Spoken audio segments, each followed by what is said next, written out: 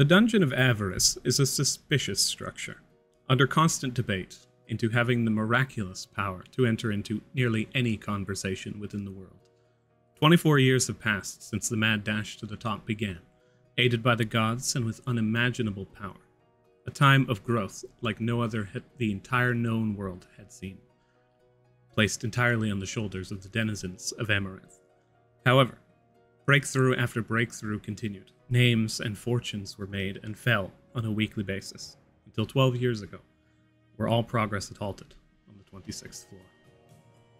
Welcome, travelers, to the Dragonleaf, the Teahouse where tales are told. I want to take this moment again to thank our sponsor, Molten Hosting. We play the game on a server hosted by Molten, and they have been nothing but amazing. It's incredibly convenient. They have their own FTP server, like system setup that is built into their process itself. And it's just incredibly affordable with multiple different tiers. Thank you so much for sponsoring the show from very early and maintaining doing so for quite some time. And with that out of the way, if you like the content, go ahead and leave a like in the tip jar and subscribe to our weekly tales. Leave a comment in the suggestion box to tell us how well we did or how well we did not. Thank you for listening. And without further ado, it's time to open up shop. Hey, there they are. Oh, hello. Hello. Hi, everybody. Everyone was just hanging out, being normal. I feel like I was left out of something. No. Don't worry about it. There may have been a little bit of happiness going on. There may have been a dance party. The song was just really hidden differently this morning. I just jammed out to it real good. I was sitting here just being like, did I forget I was supposed to do? No. Maybe they forgot to tell me? Nope. No, Candace and I usually dance for like a couple minutes because we think it's funny, but then like we really made the bit go on for a long today.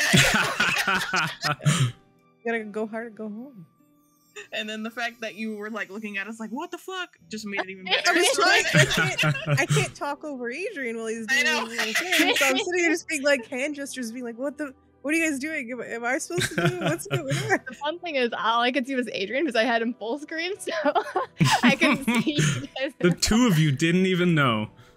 Wow. Oh, I knew. I saw her. Could you see everyone okay. during that? Or yeah, I got screens upon screens open. Okay. Anyway, you got a stone face. You got a pretty stone face. It was very good. It was very last impressed. time. It was a As lot the of that. Deviants tie up some loose ends and unravel other threads, Vincent discovers a crack in the armor of the GTC. Jojo is distraught at her mother's departure from the Enchanter's College to the Evoker's College at the behest of Joseph. A high-ranking member of Mistra's family set to overlook the Enchanter's College. Matilda learns of the nature of the yellow drugs from a cult hideaway as a bastardization of an elvish alchemical technique, which targets humans and is being engineered to target anything but humans. While also receiving a cryptic note from Morrigan in response to her messages, and Killian is informed by Sending that Yaga is in trouble in a forest in the dungeon. Not enough information to go by. As the party continues their ascent into the dungeon, they put in a call to arms for a search for Yaga and continue into the Sun Cathedral on the eastern side of the village of Somme, encountering the Infiltrator Knight, Lord of the Blazing Sun. As they surround him, invisible and stealthily, they begin their attack. Jojo, invisible, but noticeable, as chaotic vines grow around her from a central point of her current body, breaks in through the church house doors as the vines crawl along the floor next to her, and we jump back in. And now I'll turn off this chill-ass music. I feel like you're like, there's like the church door, and all of a sudden, Jojo's like, here's science! And she like, bang, like kicks in the door. You realize this world, and quite notably along this entire storyline, has gods in it. They are everywhere. They're within your heart, too, right now. They're tiny. They will grow if you keep bad-mouthing them, and you will explode from the inside. This is not a Care Bear episode, Adrian. That's a thing. Did that happen in the Care Bears? Yeah, but you're like, Jojo, the gods are inside you. I was like... Physically. They are standing in your ventricles right now. Jojo, you begin to hear the sound of footsteps as soldiers begin to rush into the position surrounding the vines and begin to take roots. No pun intended. No pun intended. Pun happened. Okay. Pun definitely happened. Let's not ignore that. But you see these soldiers move into position. These 4 immediately take note of this strange vine behavior, and they take aim at the base where the roots are coming from. As the vines are like literally pulling themselves up out of the stone ground underneath, one of them takes aim. You see them pull their hand back, and this just golden flame of a fire appears in it, and they lob it towards. The other 3 just pull back, and almost with this like battle high still active in their faces, you can see them just lunge forward with spears. And I am going to go ahead and do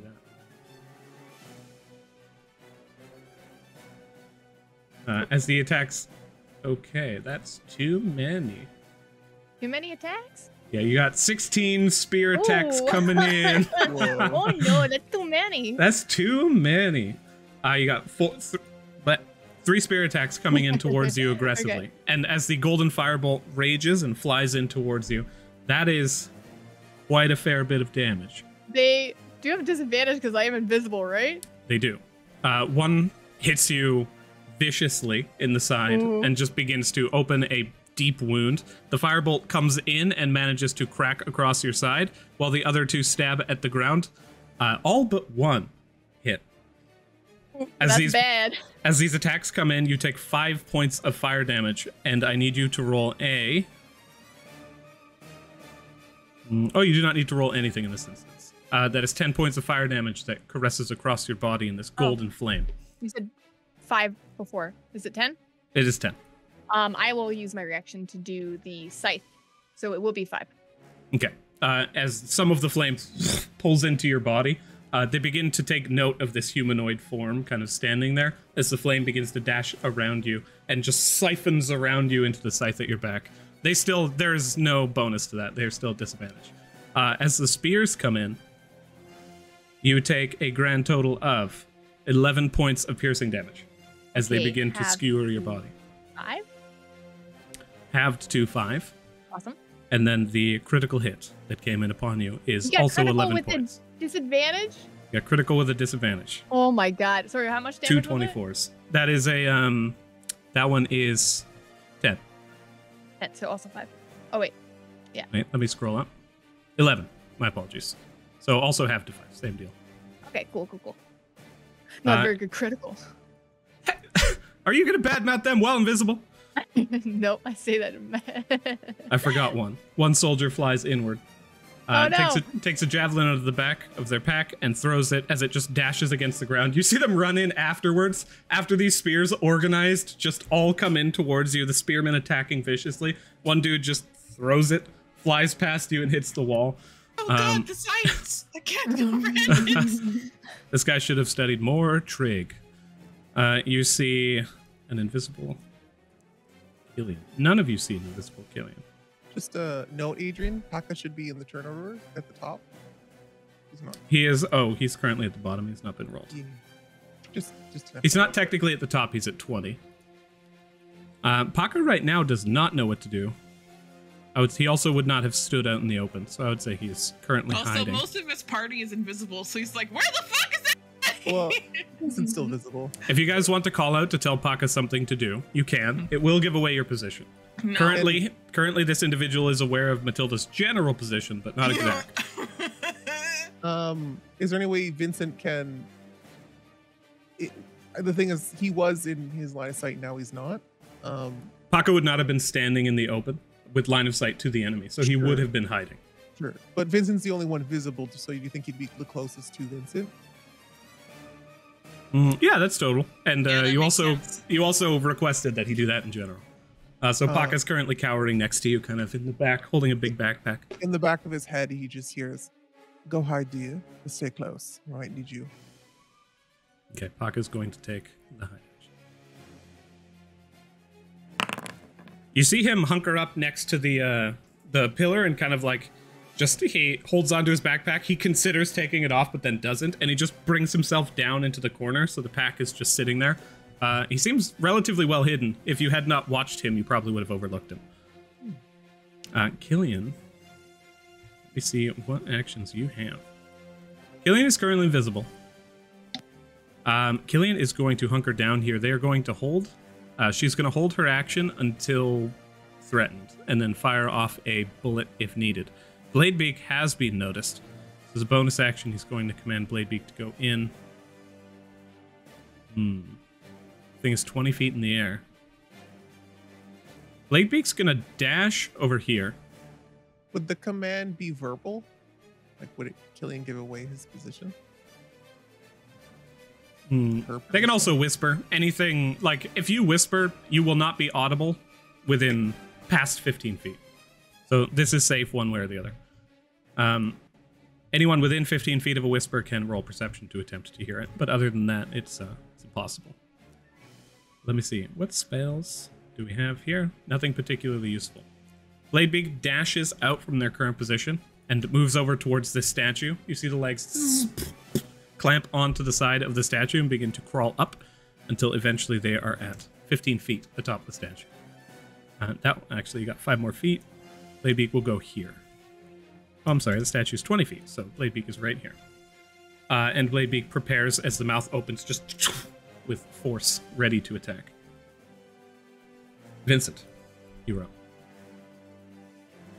Vincent will look over towards... Can't see Killian, he can see Matilda. In the back of Matilda's mind, she's just gonna hear, "Hey dear, if you see Killian, let her know. I'm sorry, but I need to drop this invisibility. I have something else I think might be better to help." And he's going to subtly cast. It still requires a material component, but I'm also not on line of sight of the enemy, so I don't know how well we'll be able to see this. Summon Devil. We will summon it over.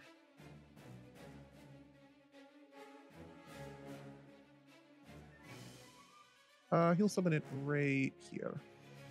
Which of your 3 do you summon? Darling.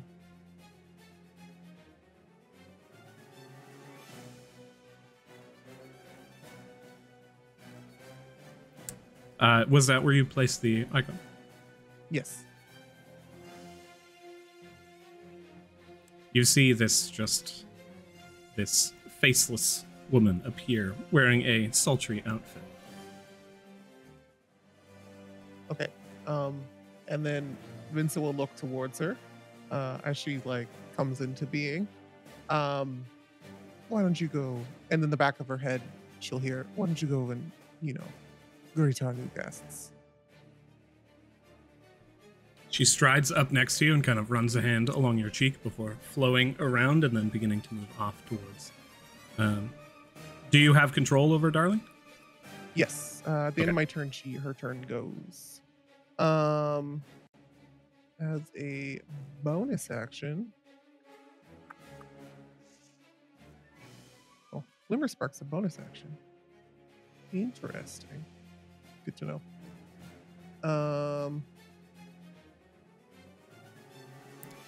As you call out these spell components, they reverberate through the air, and you can see that the knight turns their attention towards you. I said for what? For Summon Devil? I said I subtly cast it. Oh, my mistake. Continue. Yeah. Vincent will take... I don't want to move. Yeah, he'll just hunker down here, and that'll be the end of his turn. And then Darling will go. Oh, sorry, one sec. Oh, there you go. Thank you.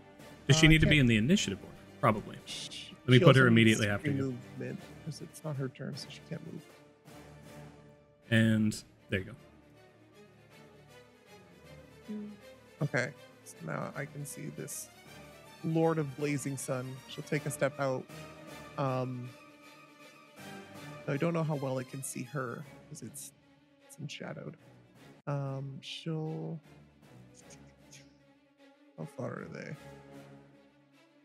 Yeah, we're good. I need them to roll a wisdom saving throw. DC is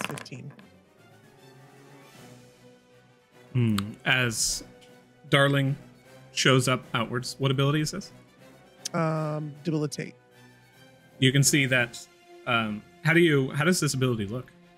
I picture her like walking up and just basically pointing one of her like golden tipped claws towards them, And that's basically it. And then they roll their wisdom saving throw.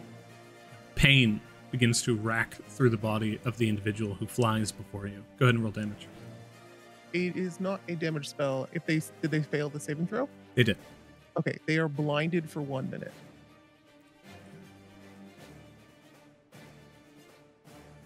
As you look at them, you can see that their eyes are basically wreathed in fire. Literally like 2 small beads of glowing sunlight from the interior. As you cast this spell, you can see that they writhe on the inside for a brief moment. Blood begins to pour down from the side of their face, but they continue to look on towards the fight as though uninhibited.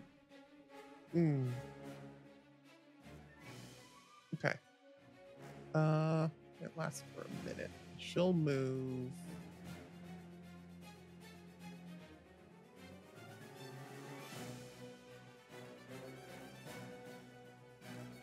Here.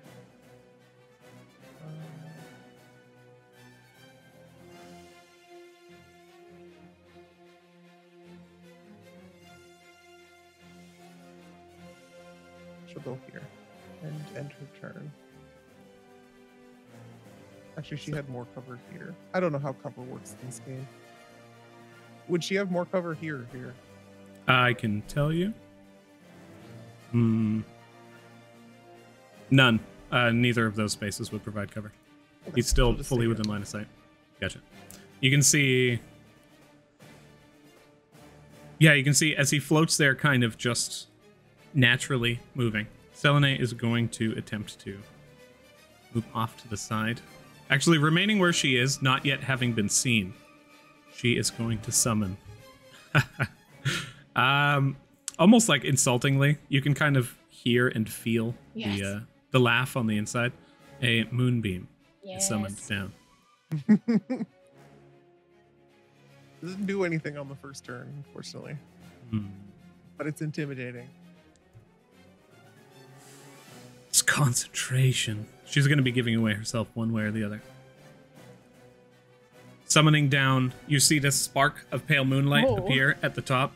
Fantastic. It's just showing me where it can be placed. A spark of pale moonlight appears at the top above the creature, and as they look up, it just bears down, exploding upon this individual as this just wrathful blast of moonlight appears. They are currently enshrouded in it, and that is the end of Selene's turn at the moment, as she once again becomes visible. I thought Selene's like moonbeam was like a blood moon, you know, when like when it's like an eclipse and it was like red, and I was like, whoa, that's cool. You get your assumptions out of here. Selene is a pale blue moon kind of person. How don't you apply your head canon? I'm just kidding. When Matilda gets them, I'm going. I have to do this one more time. It's okay. Is she gonna move? She becomes visible. I'm just redoing the moonbeam because I messed it up. And as she looks on towards this person, yeah, she's going to duck back behind cover. Matilda, you are up. Okay. Seeing as now Selene has taken away the like the attention off of Matilda, thank God. Matilda's going to use her action to do, I think it's the Rod of the Pack Keeper, where she's going to regain a spell slot for her action. So kind of keep waiting. Because, like, when I'm concentrating, can I still feel that my concentration's on the other person that I cast invisibility on? Is that how it works? Or would I not know if it's a spell? You would know.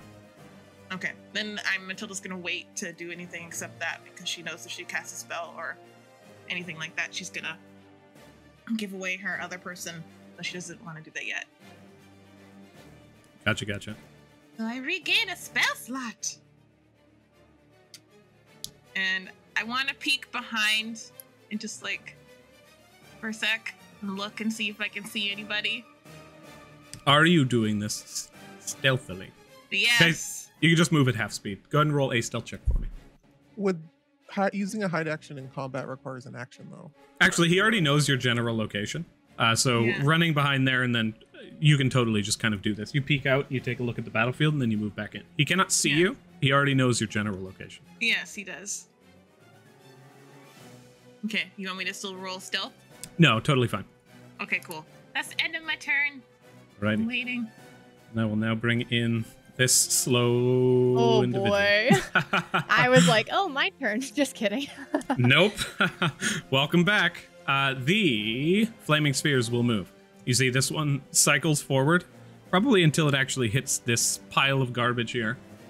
And kind of, this massive flaming sunlight slams into the side of the wall where it had previously seen you move, and just begins to melt this garbage around it that has just been piled up. You see debris from houses and various different dangers. This one is going to circle the pillar where it had last seen anybody being, and the pillar itself just begins to melt from the top down. It's now just sitting on a thin platform. The mace is going to move slowly, floating up towards Bladebeak. It actually would only reach 15 at this point, and it is going to rear back and then go for a vicious swing. Slamming into the side of Bladebeak, you just hear metal scraping against metal as the, just golden enshrouded mace makes brief impact. Bladebeak takes a grand total of an amount of damage. That would be another... Golden light enshrouds the wound for just a spark of an instant. And then, now, it's the Lord's turn. Saw Bladebeak. He knows where Darling is. He's going to go here. You see he pulls his staff from his back and twirls it for a moment, raises it into the air, and just stabs it up until it eventually reaches... It hits open air, but you can see impact in his body, and as he rakes backwards, you see a line of fire appear. From outside of it, bolts just begin to rain down. And as the flame continues... Jojo, you had your hand raised. What's up? Does he take that moonbeam damage at the beginning of his turn? He does, Yep. thank you. I will do that post this. Okay. As Just he wanted to make sure. exits out of the moonbeam, he slams down with that flaming bolt. Let me go ahead and do this.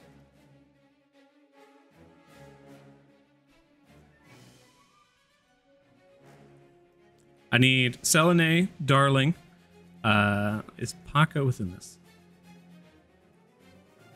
No, Paka. So that is Covering himself with his backpack. Is that fire resistant? God, I hope so. Oh, can't hear you, Adrian. Paka can be in this. I need Selene, Paka, and Darling to roll a dexterity saving throw.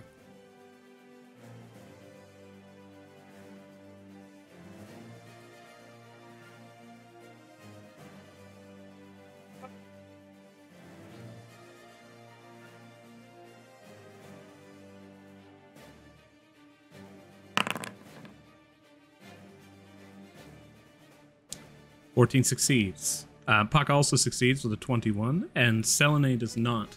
You see this just flame fire out in a massive cone. These just individual bolts rain like hellfire across this one area, and then he just rakes across and throws the flame off to the other side as it just dashes in a cone once more. That Selene takes a fair bit of damage from this. The rest of you manage to avoid the brunt of it moving off to the side, but you still take 11 points of fire damage. So as Darling's standing there, I think she just looks up at the fire incoming in and just takes it all. And then afterwards, she's kind of smoking, similar to how Vincent does when he was taking fire damage. And she just smiles and giggles towards him and does the little toodaloo thing, taking no damage. Beauty. Now, how much is Moonbeam? I have an action called Moonbeam Attack. I think it's 3d10 or 2d10. It's a con saving throw from what I remember. It is 2d10. Okay. He takes 15 points of radiant damage as he is enshrouded in the moonlight that bears down oppressively. And then at the end of all the enemies' turns, Jojo, now you are Bianca. Okay. Jojo's going to step here and gonna attack this one with a sword. Do I want to recklessly? I'm a little outnumbered, huh? Maybe reckless is a bad idea. Yeah, I'll just do a normal. Yes, don't do it. We'll have a whelp. Jojo's dying. TikTok next. That's a 22 to hit.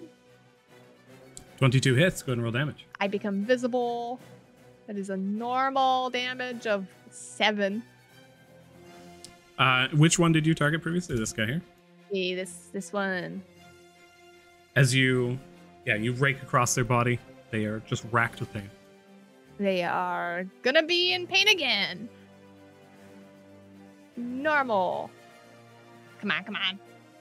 15? 15 hits. Go ahead and roll damage. Oh, yes. Versatile. Normal. 9 damage. Do you remove 9 my invisibility, please?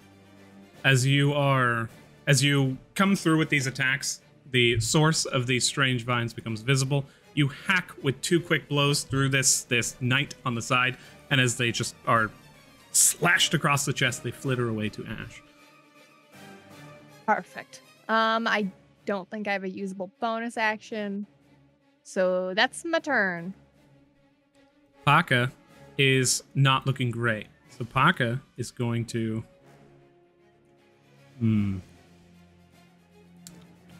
Paka's going to climb this wall. He's going to look at all of you and say, "I just need a little bit of time to heal." He goes. Before Paka heads out, could he hand Vincent something? Absolutely. He requests in the back of his head for he to give him one of his hand mirrors. He pops out the mirror, kind of flips it around in his hand, hands it down to you while kind of like clasped up the side of the wall, and then gives you a smile. And you can see he's sizzling from the bottom up, just like covered in just char marks, and then gives you a nod and a smile before making his way up the side of the wall and just kind of rolling and slamming into a small bush on the other side. Out of the combat. Ba-doop. Out of the area, at the very least. One of these soldiers has been dealt with. You see the rest now look on towards you, Jojo, and recklessly... This one's going to remain over here. This one's going to remain there. They're gonna recklessly? No, you have attacked recklessly. No, I didn't. No, you didn't. You did versatile. Perfect. Becoming visible, they are no longer at disadvantage, luckily. 2 spear attacks come in towards you. You take 9 points of damage as 2 of them manage to make... I'm sorry. The ones at the back... The ones at the back take aim with these just deadly-looking crossbows. You see them kind of pull them up at their waist. 2 bolts come in towards you. They both manage to hit you. 9 half to 4. Great. The 2 soldiers at the front look towards you. They reach down, they grab onto their spears, and they ignite them in this golden light. Rearing back, the 2 of them go in for stabs. Let's see what happens. Ooh.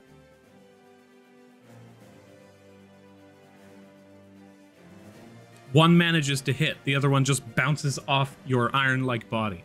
And as the attack comes in, stabs into the side of you and rakes across, you take 11 points. Okay. Excuse me. And then go ahead and roll for me a wisdom saving throw. Ooh, I do love those. Your specialty.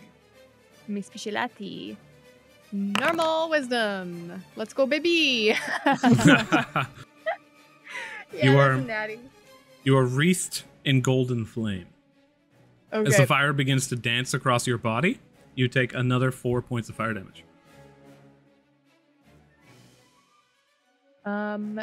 Okay. Cool. It is once again Killian's turn. She is no longer invisible Why would that be? because I cast summon that broke the concentration. Correct, thank you. Killian no longer invisible, sidles over. Actually, they were visible from here. Turning their attention towards, seeing their body become once again... okay.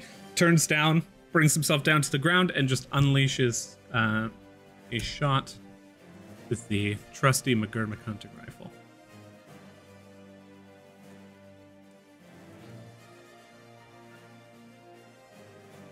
As you hear the loud gunfire ring out, flying in, an impact right into the individual's chest. You can see just blood spatter across the back as they take 9 points of damage.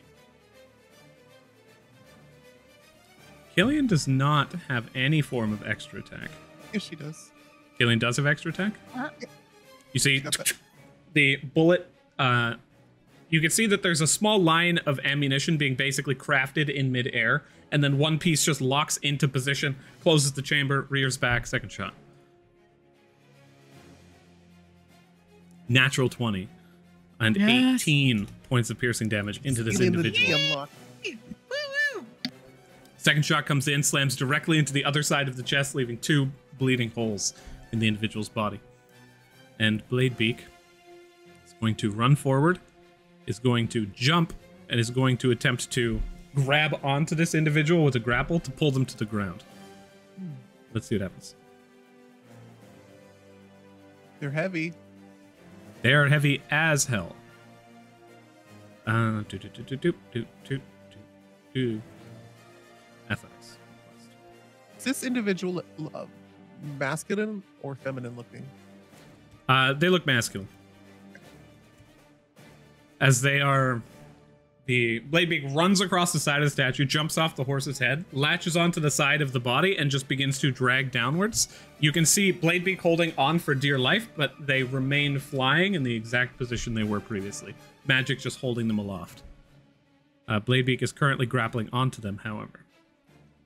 As they kind of just struggle to maintain their current position, Vincent, you're up. Okay.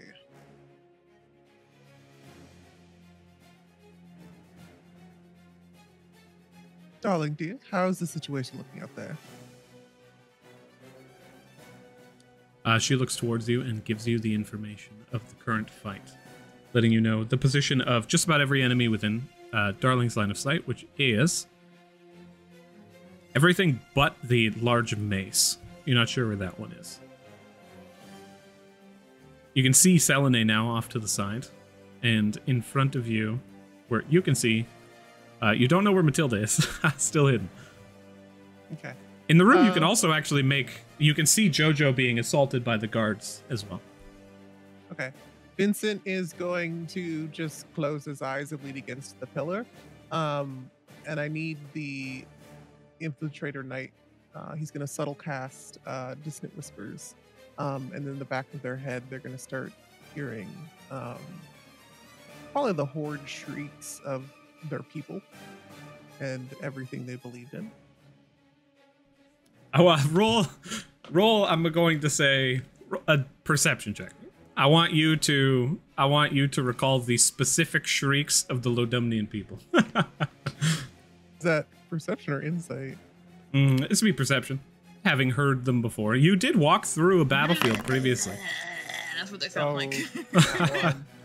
Nat 1 for a 7. You know. They're all pretty alike as far as you're concerned. You send out a message of generic shrieks. Would I have expertise on that because I'm proficient in performance or execution performance? You know what? Yes, 100%. Okay, is it just so the that's an Wilhelm extra scream? 3. It's not Wilhelm screams. I can't do that. But I also need them to roll a wisdom saving throw. Perfect. You see, you can see the distinct look of a wisdom saving throw being rolled. They have succeeded. Okay, they still take damage. Let me do that quickly.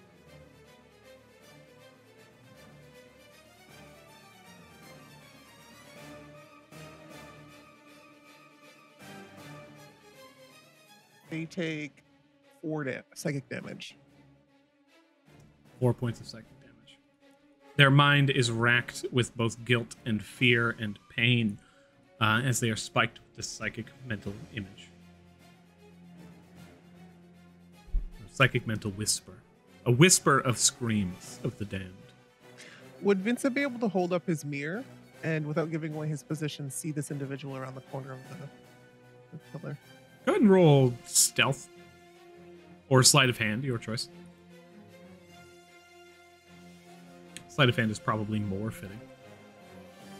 They're both the same, so I'll use sleight of hand. 22. 22. You manage to kind of like peek yourself out 5 feet in order to see what's currently on the battlefield going on. Continuing along with those shrieks in the back of his mind, it's just going to be whispers of how much he let down his people and his god as he triggers unsettling words on this individual.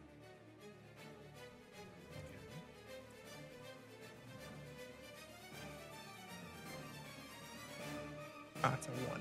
So they will have a -1 to their next saving throw. It all just kind of melds into this one terrifying mental spike. This just torturous spike to this individual. And at the end of your turn, Darling is up. She is going to go up to this individual. They are now on the ground, right? With They're currently being grabbed. No, they are actually still 20 feet in the air. Sorry. I did lower them, but the magical flight actually does not warrant them being dropped at all by weight. Okay, because that would have completely changed my plan. You can change Darling's movement if you like, but they absolutely are still in the air, held aloft. It's fine. She'll still walk up. She'll kind of look up at the individual and like motion for them to come down, like she's trying to seduce them. Just being quite nice to this individual for some reason. However, she's still going to, with that finger pointed towards them, I need them to roll another wisdom saving throw. They will have a -1 to this roll. DC is 15.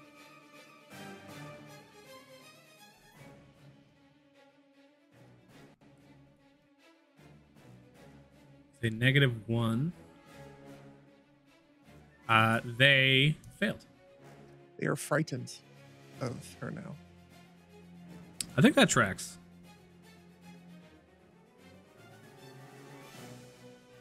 Looking down towards this just faceless dancer that strides out after having just survived a bombardment of molten flame. They look down, being held in place by a robot. They're effectively terrified. Anything with the rest of your turn? No, she can't reach him, so she cannot attack. She ends her turn. Selene is also going to take advantage of this not being able to move situation. Peeking out from the side of the pillar here. Moving Moonbeam is a bonus action. I believe so. I think it's free. At the beginning of her turn, she can just move it. Part of her concentration. But double check. On each of your turn after Cal, you can use an action to move the beam. Oh, it's Oh, an it's an action. action, okay. Yeah. I think Selene will not... She'll peek out just in time to see the individual, then she'll just shuffle the Moonbeam over so that it hits him and nobody else. That's not a spell. Nobody here looks particularly damaged. Actually, when she peeked out, did she see Jojo? She did. So she is going to continue her movement over and hide on the other side. Now seeing this just flaming sphere before her. Matilda, you were up. I just wanted to let you know that the initiative tracker goes right in front of the map where everybody can't really see right now. I'll change the map to manual. Okay, cool. Just I'll wanted to just give you a mess heads around up. with that. Thank you, thank you. All right. I'm still invisible. You did feel Jojo drop, though. Yeah. Yeah. Oh, at the beginning of your turn, you take 16 points of fire damage. As the flaming sphere that is astride you just begins to ream out an oppressive heat. However, your silvered clothing brings that to... Oh, actually, it does not grant you any fire resistance. No, why couldn't it be like holy flame? Then I'm resistant. This one seems it's not as gold as the rest of the fires that this individual Pure has been fire. wielding. Pure flame. Fucker. Well, I'm slightly crispy, which sucks, but can I see? Oh, come on, Matilda. Did I pass? Probably not. With an 8, you do not succeed. Oh, As damn. this all happened at the beginning, so you are still behind cover. You have not moved out yet. You are also not restrained, which for some reason it says you are. I do send a message with one of the charges on my earring. The earring message that I got from Fuckface does take from an the action. Academy. I know. And I'm gonna send a message to Paka to take one of my potions out of the backpack and drink it. I'm like, Paka, drink one of my potions. And then I will peek out here. Okay, that's the dude that we're trying to fuck up. Mm-hmm. Yeah. Okay. You see them just wreathed in this oppressive beam of moonlight and being grappled by Bladebeak and being seduced by Darling on the ground. That's what seduction looks like, guys, in case you haven't seen it. It's kind of a dance. Yeah, Matilda's like taking notes in her head. Yeah, Matilda's like, oh yes, seduction. This is what it looks like. Probably not the best person to take notes from, to be honest. All right, But I'm going to hex them, and I'm gonna affect their wisdom. 5. Perception checks are lower. What is this thing that's like? What's the sword that continually is hitting up there? Should I avoid that? It looks like it's probably something you haven't seen from us. And Okay. you didn't see it, but you heard some clanking on Bladebeak. When you guys entered in, you did see, it was not there. You have seen it as you were moving around the battlefield previously, invisible though. You know that he summoned this kind of apparition of a bludgeoning weapon. And Hex does not take any saving throw, it just applies. Perfect. Yeah. They are hexed for wisdom. 10, 15, 20, 25. What's this here? What's this? Hold on, What are where is it? you pointing at? How do I make my thing do the... You press and hold left down. click. Okay, hold on. On the map, you just hold I am trying to do that. maybe the other button. It's left click. Yeah, well, never mind. It's like over here. Is this bad to step in? Oh no, that's just like the faint smoldering embers of flame that has been lobbed previously. All right, well, that's the end of my turn. Can't really do it. I can't hide anywhere, and I don't want to go closer to the mean sword, so... Gotcha. As you stride over towards Killian, kind of avoiding this massive ball of flame, the knight takes note of everything that is currently happening around them. They take the moonbeam damage once more.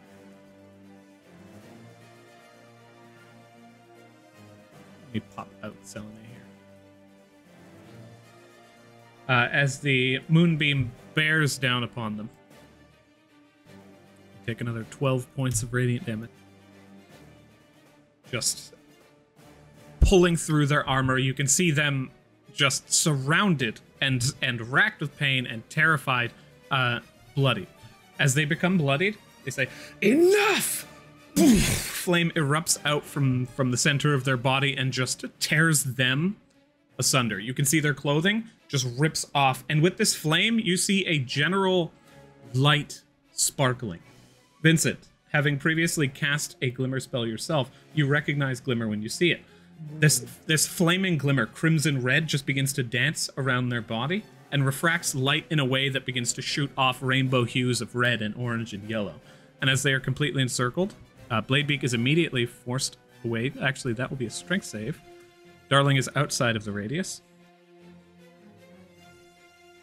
Strength saving throw. Bladebeak fails, being launched back 10 feet and falling 20. They slam into the ground. They take 10 points of fire damage. And they take 2d6 fall damage. That's another 5. Still floating in the air, right? Bladebeak is still up. He is still floating in the air. 20 feet in the air, to be precise. He moves here. He brings himself up to 40 feet. As you see him just begin to lift into the air. He reaches a hand, and you can see him begin to concentrate that glimmer in one place as the glass begins to enshroud into this just crystalline ball that he then ignites in flame.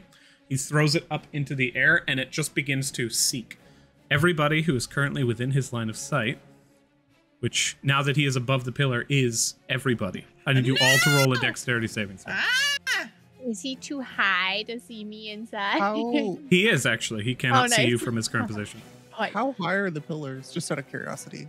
The pillars themselves are, let me go ahead and check this. I'm curious if they're 20 feet high and he's 40 feet up. If he was looking straight down and we were nudged right up against them, I don't. Let me. Matilda. Yeah, actually, let me double check this. Until Like, it's time. No, Yeah, you are 20. actually. You are actually correct. I did not have the vision checked on his character sheet, so he cannot see Jojo. You are invisible. He cannot see Selene. He can still see Vincent. He can see everybody but Selene still. That is also Bladebeak. Okay. And I was dumb and I rolled a blind one. Should I roll a public deck save?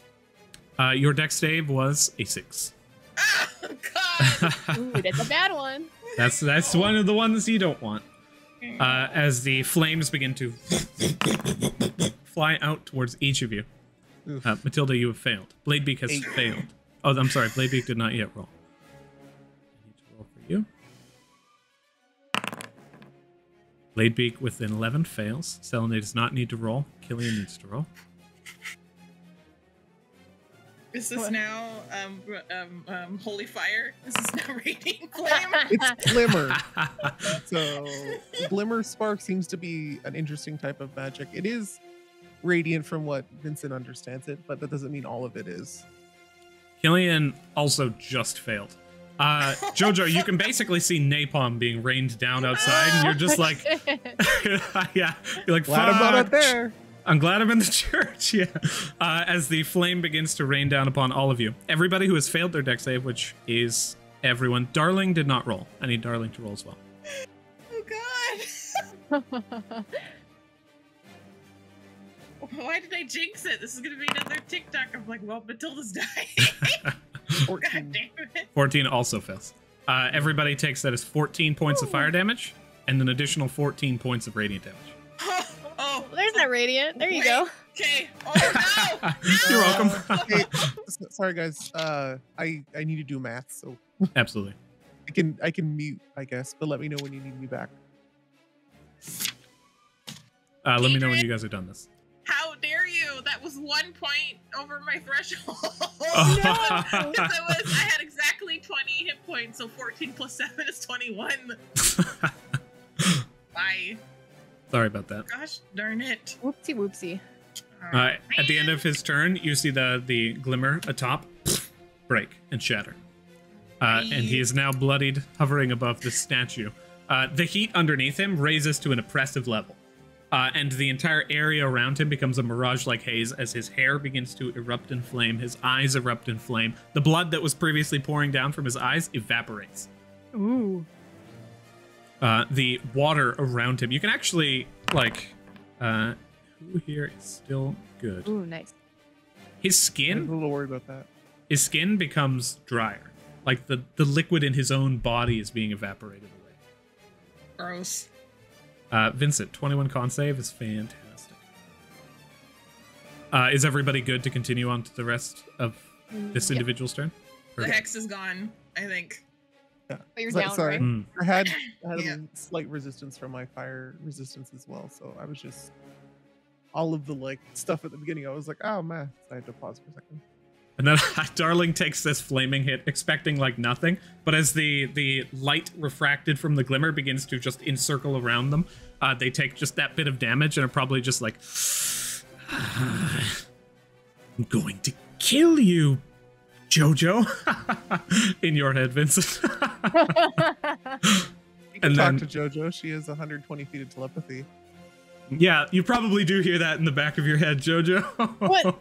What? You will pay for this. What is your problem? I think, threatened like, Matilda, Joe- but she's already dead. What? JoJo's like Matilda's dying sense starts tingling, like, oh no! I like how Matilda has a death sense. Oh, Jojo's death sense. I'm sitting there, Matilda's like, my sense is going off. I'm dying.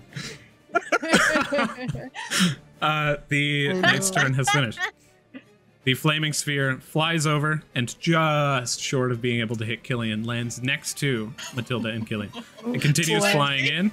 This one flies towards Selene, which has now been visible, and actually does slam into her moving through. Oh no. Do I The lose 2 death saves? Not yet. Not yet. At the beginning of your turn, you will take fire damage from being next to it. Killian looks on as this flaming sphere just flings in towards her and plans to flee without the shadow of a doubt. Vincent, I mean, he knows where you are. I think he would probably go after the one that's downed and kill him, who shot him with a critical hit. The mace is going to continue its onslaught against Bladebeak. It's And 15 as the feet two- up in the air. It is. Oh, I can't move that far. So how much you got left? It's only 10 feet in the air. Cannot attack this turn. And Aha! I gave him the moonbeam damage, right? Yes. That's what spurred this whole thing on. Selene takes a fair bit of damage. Screams out loud as she is just racked with pain. The other flaming sphere has moved, and at the end of the Infiltrator Knight's turn, Jojo, you are up. Beginning of round 3. Jojo hearing a lot of screams outside and hearing from Darling that Matilda's down, looks towards all these soldiers just like, I don't have time for you. And she just like takes a deep breath and drops her rage. All the vines go and like slither back in towards her. And she takes out some dust and just blows it in the face of this one in front of her. I'm going to cast Sleep. That is a Where? 20-foot radius. Yes, so I will cast it here. I'll cast it right there. Let me get rid of your first radius so we can see that one better. Sure. Yeah, because that one went away. That is a 5d8. Come on. 20 is not that good. That only gets like one of them, doesn't it? 20 is not fantastic. As you dig into these individuals, they all have that one is 15, this one is 15. You can see one of these individuals will drop. You can actually, I would say you can choose which one. I'll choose the one that was cast in the firebolt earlier. Gotcha. As you blow dust in the face of this one, who's like, oh, it just spreads out into this area around you, shimmering, and then this man falls to the ground. Fuck! She just says that, seeing only one of them drop. Gods, and I guess it's her turn. That's a lame turn.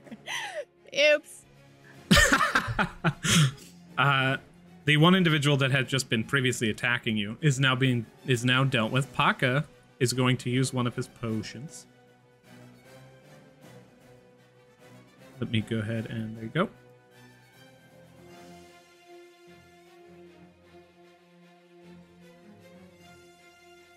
Did he use one of the ones that Matilda had in the backpack? Indeed. Okay, good. I'll mark that as off.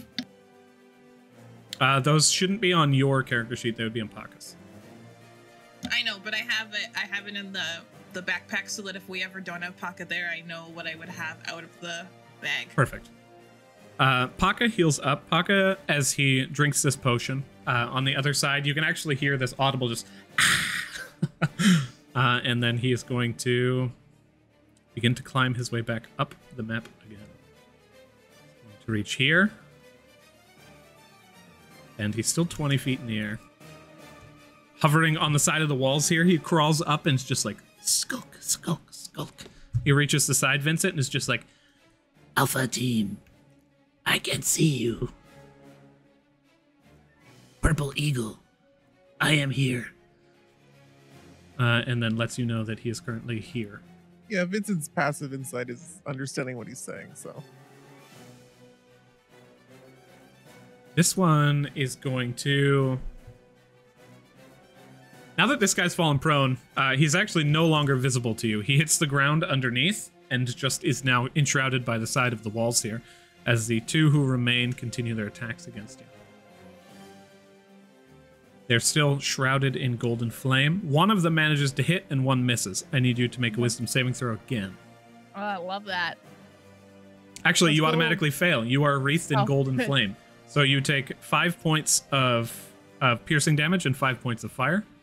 The 5 will be halved to 2. And then, I mean, that's... It isn't actually, because I'm not raging anymore. Ooh, that's right. But I will use my... Oh, Amazing. Age. Something that should have happened on that. Here, dude's let's... turn. Oh, okay. Go ahead. He's frightened. He should have just ran. This was a desperation maneuver. It does not happen on their turn. He didn't act... There's also saving throws, so he didn't have disadvantage on anything. But yes, you're right. He should have ran his full speed, so I'll have him do that. Just he moved closer to Darling and he got into a position to see he couldn't have been. He didn't. He went up and he went back away from Darling. He went from here to here. And then his. No, I think this was handled correctly. The only thing I didn't do was run away. So he has now fled. Oh, he didn't have that full movement, so he could have only gone to here afterwards. Okay, I just wanted to make sure. Over there, over here. Sorry for interrupting. No, thank you. That can change a lot of things. So as they move away, go ahead, Candace, please. I was just gonna say that I don't have it because I dropped my rage, but then I'm considering reducing the fire damage, but it feels like a waste of a reaction for like 2 hit points, so I won't. Gotcha. As the flaming spears come in and one manages to graze you, you see the flames just ignite around you and continue just tearing into your body. Also, at the end of your previous turn, you took 4 points of fire damage. I forgot to assign that. Me? Yes. Because you are currently a light with flame. Ah, okay.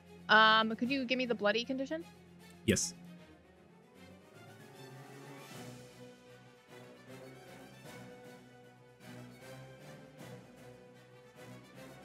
Okay, cool. The soldier on the far side, once again, lobs a golden firebolt towards you, and it just dashes against the side of the wall.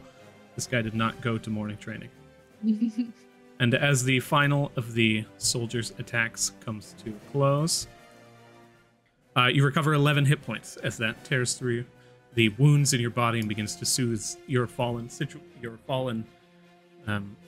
unconscious nature. You see Killian pulls like a flint and steel and just begins to scrape it aside as the energy begins to suffuse within you.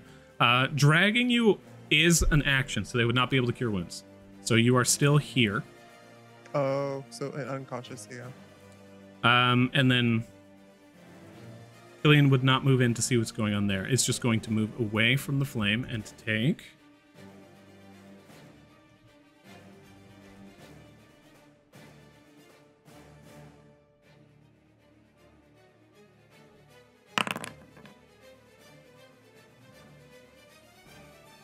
That's relatively minimal. Take 9 points of damage. Killian is also now bloody. Oh, no. Oh, my math is terrible. Killian is not now bloody. At the end of Killian's turn, yes? Bonus action? No. You see Bladebeak. So, I was like, just oops. so I can understand what's going on, she didn't drag Matilda, and she didn't heal her. Healed Matilda for 11 hit points. Okay. Yeah. Matilda would be down 1 more spot then. Oh, thank you.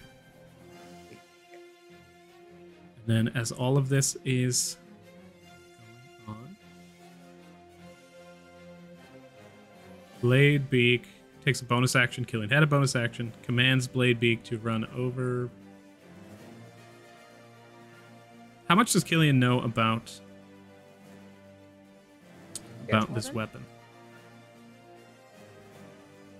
I'm gonna roll. I don't think we've ever seen the spiritual weapon before. If you're in this campaign, I don't think Killian would have any way of knowing what this is.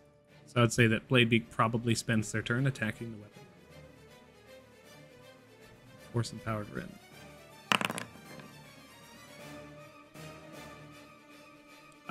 The Bladebeak opens the mouth. You see force energy tear through, and as it crashes across the body of the weapon, the metal kind of severs for a moment and then just reforms as it continues its attacking. And then Bladebeak is going to shuffle. Vincent, you are up. okay. Does not see what's going on over there with Killian and Matilda. So he's going to step over here.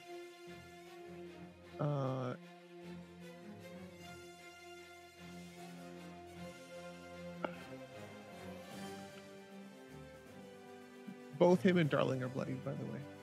I don't know if one goes on with the only person he can see aside from Darling is Selene.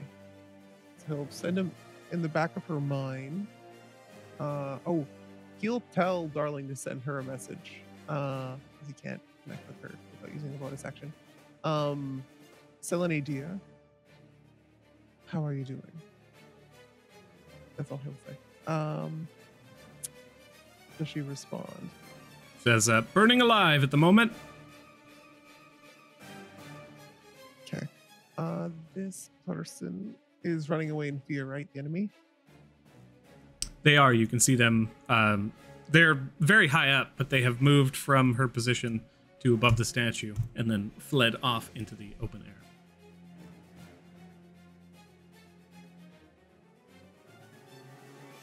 They also should have gotten a save at the end of their turn.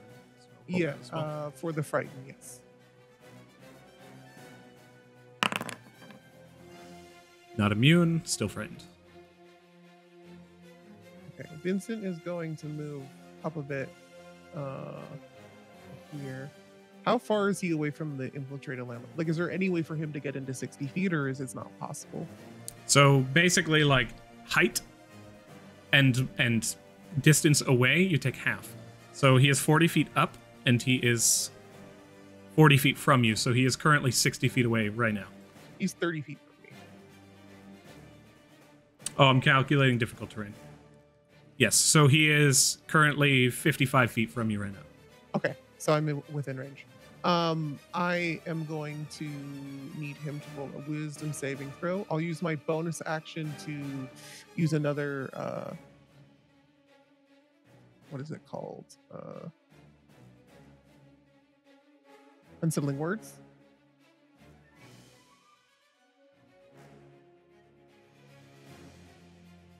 Nice. I need him to roll a wisdom saving throw. In the back of his mind, Darling's gonna send him a message and just tell him to fucking grovel. He does succeed this wisdom save. With a -6 to it, DC 15. That is exactly a 15 with a -6. Okay. He rolled a 21. Ouch. Okay. Charge of his wand is gone. This thing doesn't provide any sort of cover, right? This huge statue in the middle. It does, yep. Let's see here. 5, 10, 15. Actually, all I can move is there. So that's the end of Vincent's turn. At the start of Darling's turn, she is going to go.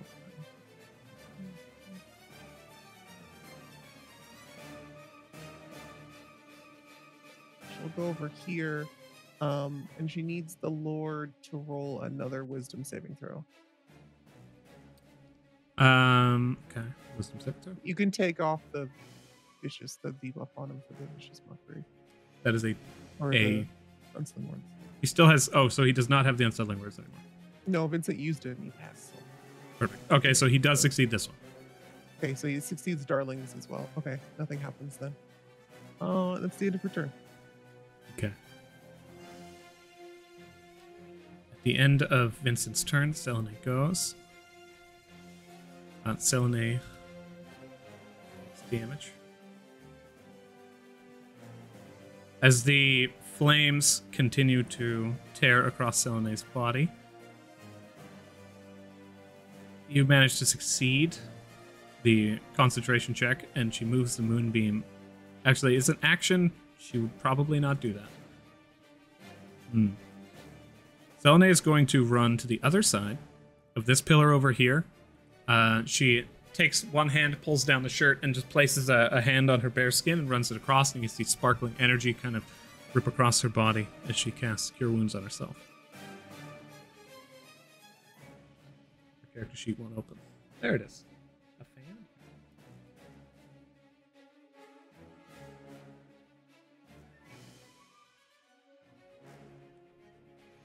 Not fantastic, but Selene heals herself up a little as some of the wounds close and some of the smoldering goes away. As a bonus action, not much she can do. She looks over towards you, Vincent, and kind of peeks out as she was running to take a look at the individual and sees that he also doesn't seem to be in a good spot. Eyes bleeding, like terrified, running away, entire body just riddled, and just raking at his own head at this just onslaught of psychic energy that comes towards him. She looks towards Vincent. It's just like, I think we could kill him. She says as her legs are like shaking and buckling. And dear. Just a little extra support. She nods. The moonbeam in front of you just tearing down into the ground. Vincent just eyes it, looks back at the individual. So it just gives you like a Matilda, you were up at the beginning of your turn. Yeah, praying that I praying to like the 3 people in my head that I don't get fucking flambéed. I'm assuming the fireball goes off. I know. I'm hoping that I don't lose all my hit points. I'm sorry. That is a 5, a 6, and a 4 for a 15 damage. A lot of damage this thing does. Okay, bye 3d6 guys. it sounds like. Bye. It was my turn. No, it is not my turn. I'm sorry, Matilda. At the end of your turn, I need you to roll a death saving throw. Right. Should those be blind? They can be if you like. You can also choose private GM roll, and then it should show both of us. I have a question. You rolled death saves at the beginning of your turn, but she also took damage at the beginning of her turn. Yeah, because she did do a death save next turn? Yeah, it Or would be which one I've comes always first? done them at the end of turn, but whenever you start your turn with 0 hit points. Okay, so don't worry about the death save. Okay. I don't think we've ever done at the end of a turn. I think you're just confusing it with something else. Probably. All right. Sorry, guys. Okay, it is now the individual's turn. He must run. You must flee. Darla can still see him, so still line of sight. He's just gonna go up. He's gonna move his full 100 feet. He Or he's has gonna to move his try full and break 60 line of feet. sight, remember? That's true. The first thing he needs to do. Our new version of Frightened, you have to break line of sight. So he would actually bring himself down to beneath the pillar then. So he was at 40 feet. Yeah. He'll bring himself down to nearly above the ground and hide behind this pillar over here. From outside of line of sight of Darling, he can see Matilda, he can see Killian. Can you see Vincent? No. Bladebeak. Bladebeak is being dealt with. He's going to take his scythe out, hold it in hand, and kind of just slam it against the side of the wall here, and you see a crack form across the side of the wall. The pillar. A crack forms along the side of the pillar, and it just begins to encircle in this just flame, as it then, once again, you see like a little bit of liquid drip out, and then he just commands it to fly forward, flying in towards Killian. Killian, this will be a dex save. Let me go ahead and roll that. The 20, Killian succeeds the dex save and takes a grand total of 6 points of fire, 6 points of radiant. Killian is still up, but bloody. That is their turn. You don't have any bonus actions. And at the end of that, Bonus action would be to command help the Bladebeak, I assume. it's not Killian's turn. It's the Infiltrator Knights. Ah. The mace is going to attack Bladebeak. Bladebeak's AC currently is 15. The mace slams against Bladebeak's chassis, and Bladebeak just shrugs it off, opens the wing, and meets the damage. Nothing. Still up. The Flaming Sphere. Here's the thing. I'm going to roll a fate dice. The Flaming Sphere will either charge into Killian, or it is going to attack Matilda. The Infiltrator Knight has just finished his attack. And as the mace flies in and is dashed against Bladebeak's chassis, you see the Flaming Spheres turn their attention towards those that are around them. This Flaming Sphere, the Infiltrator Knight has already actively seen that Darling does not take any fire damage. So this Flaming Sphere is going to move once again just outside of range to be able to charge and hit into Selenite. You guys also, I would say Jojo, having seen these Flaming Spheres, go ahead and roll an Arcana check for me. Oh, yes, please. Arcana. Normal. Oh, bad. I don't know shit. 7. Yeah. The DC for this one was higher than that. I will Okay. give you this. you can definitely discern from watching these things that they do not seem like normal flaming spheres. At the very least. From what you know about the spells themselves, these seem odd at best.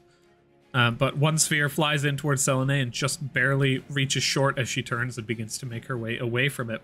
And the other flaming sphere, Matilda, lifts itself up and does slam down upon you. This is not an attack roll, so you do not suffer 2 death saves from this, but you do suffer 1. Okay. This will slam down on you and move through, landing to the other side. The death saves, the 2 of them, is just when you take damage. I don't think it's a... It's not damage. It's an attack roll that happens within 5 feet of you. The flaming sphere does not prompt an attack roll. Yeah. Ah. Precisely. I imagine this thing just is like a Sonic the Hedgehog against you, and it just like bounce back up. It basically just like it landed on the ground as the ground underneath begins to sizzle and the stone begins to melt, and it just pours across your body. The ash bond that like ties within you just keeps you from immolating immediately. As like there is still a Matilda left in its path is a miracle alone. And as it flings to the other side, Selene does not take anything. The mace has finished its onslaught. The round circles round, one slow button click at a time. And Jojo, you are up. Surrounded by Lodumnian soldiers. Each one gets an attack at the beginning of the round for no reason whatsoever. Yep. Okay. Yeah, go ahead. Okay. Jojo's gonna down some shitty alcohol as a bonus action. 44 plus 4 roll. Actually, I was just about to say that I didn't want to do this. Oh, you didn't want to heal? Okay. Yeah, I don't want to heal. Actually, I want to use my bonus action to instead rage, because I forgot that I'm not raging anymore. Ooh, new rage. How? New rage, who dis? Bonus action. Rage. Usability. I don't know what the normal's for, but that's cool. What surge will I get this time? Oh, it's my flumps. Hello, my flumps. This flump is going to appear here. Right there? Oh, shit. Oh, my God. I'm sorry. I meant to do something. Can I restart the turn over again? I will rage. Yeah. I just am going to do it in a different spot. And I wanted my action to be that I go out here because I saw that other guy drop down. I wanted to step out and magic missile him for like 6 charges. Ooh, goddamn. Yeah. These two will... So you have not raged yet, and you move outside of these two Yes, they will soldiers. both get attacks of opportunity, Okay. and I will not get reduced from them. Okay. Oh, no. I'm sorry. My brain was all over the place for this turn. I was like, I have so many plans, and they need to be in a specific order. As you move, 2 of these attacks come in towards you. One manages to scrape you across the body. You take 4 points of piercing damage and 4 points of fire damage. Awesome. Oh, I also take 4 at the beginning of the turn, right? You do, so that's 1 more additional 4 point of fire damage. I like that you are engulfed in flame and are just like, got a magic missile this fucker. How much is the piercing? The piercing was also 4. Okay. So so full damage. Full damage. She steps outside and unloads the magic missile on this guy. I don't think it's to hit, right? It just hits. Magic missiles are unerring unless they cast shield, and I am scrolling through his spells right now. Don't have shield. He casts shield. Fuck! Oh. No! The missiles immediately dash against this goodness. arcane shield. Oh, he shielded me. Nice. Nice! Okay. There we go. Now he's shielded. We're all shielded. Everyone gets a Now shield. is my bonus action. And can I move where I put my flump instead? Yeah, for sure. I'm gonna put my flump right on this person. And can His I face? item interaction just close this door? Yes, you may. Okay, great. That is my turn. Did I delete the flump? Jojo, dear, how's it going in there?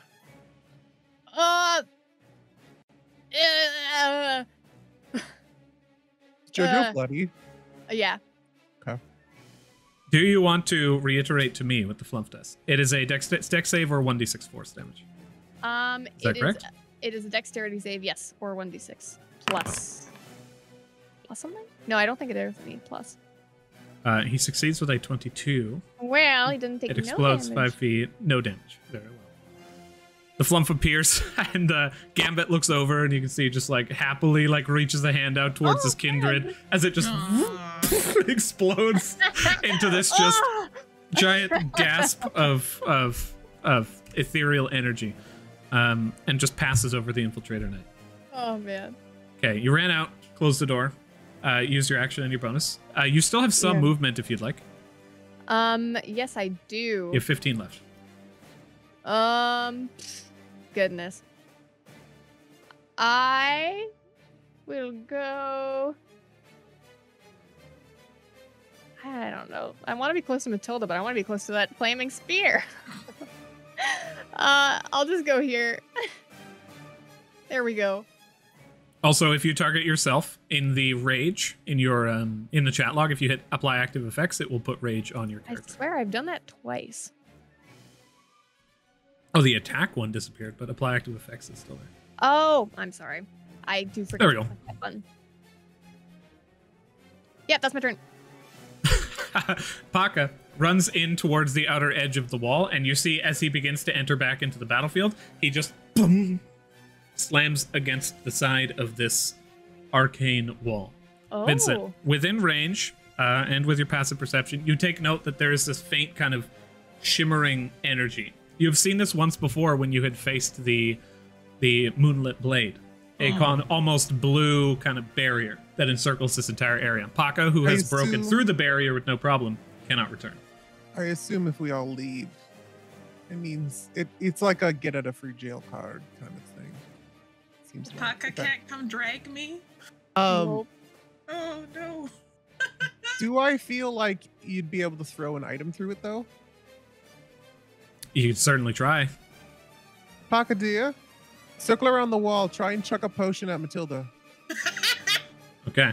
Paka he's like, okay. He begins to run, and you can hear like squeaking as he runs his face across the wall so he knows the exact bounds of it. As he reaches the other side, he grabs into his backpack.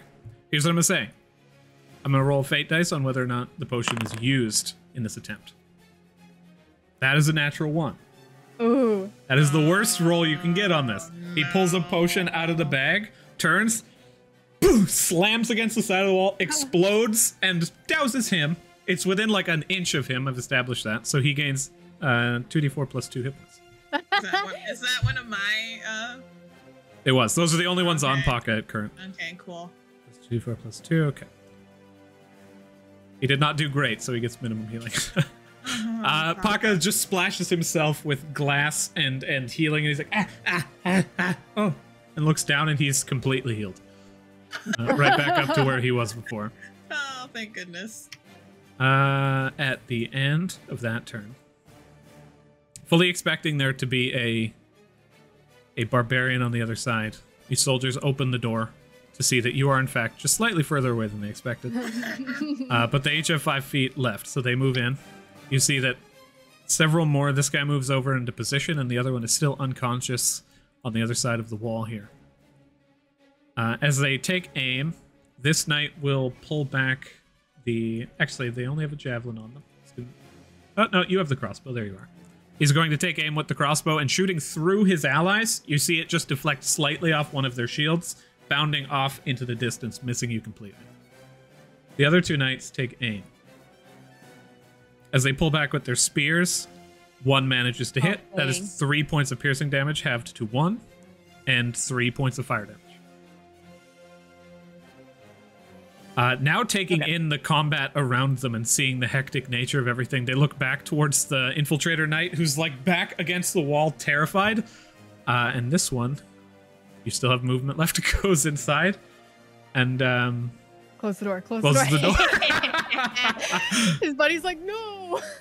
Their morale is shaken, it seems.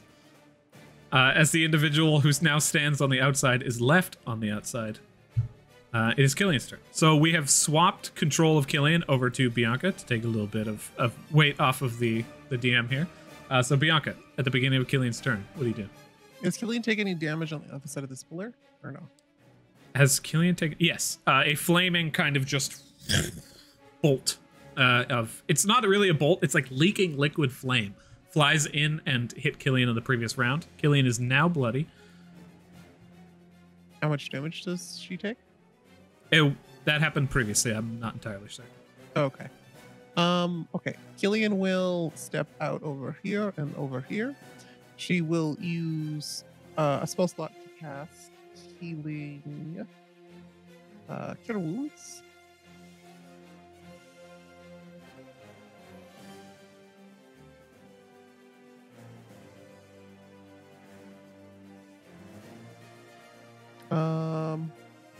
It says Killian doesn't have any available second level spell slots, but I don't remember her using them. Killian used Skywrite previously and Invisibility.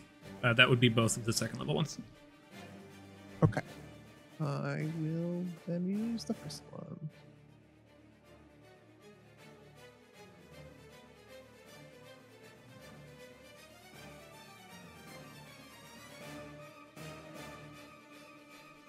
So the minimum for this would be 7. So you gain 7 health. And then Killian, in a desperate maneuver, seeing everything going on, action's been used, will drink one of her potions of healing. She does have one in her inventory.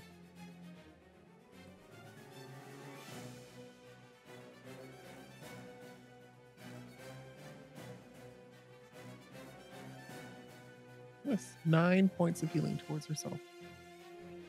That's quite good. Is Killian invisible? No, she is not. Oh no, her token seems very not opaque.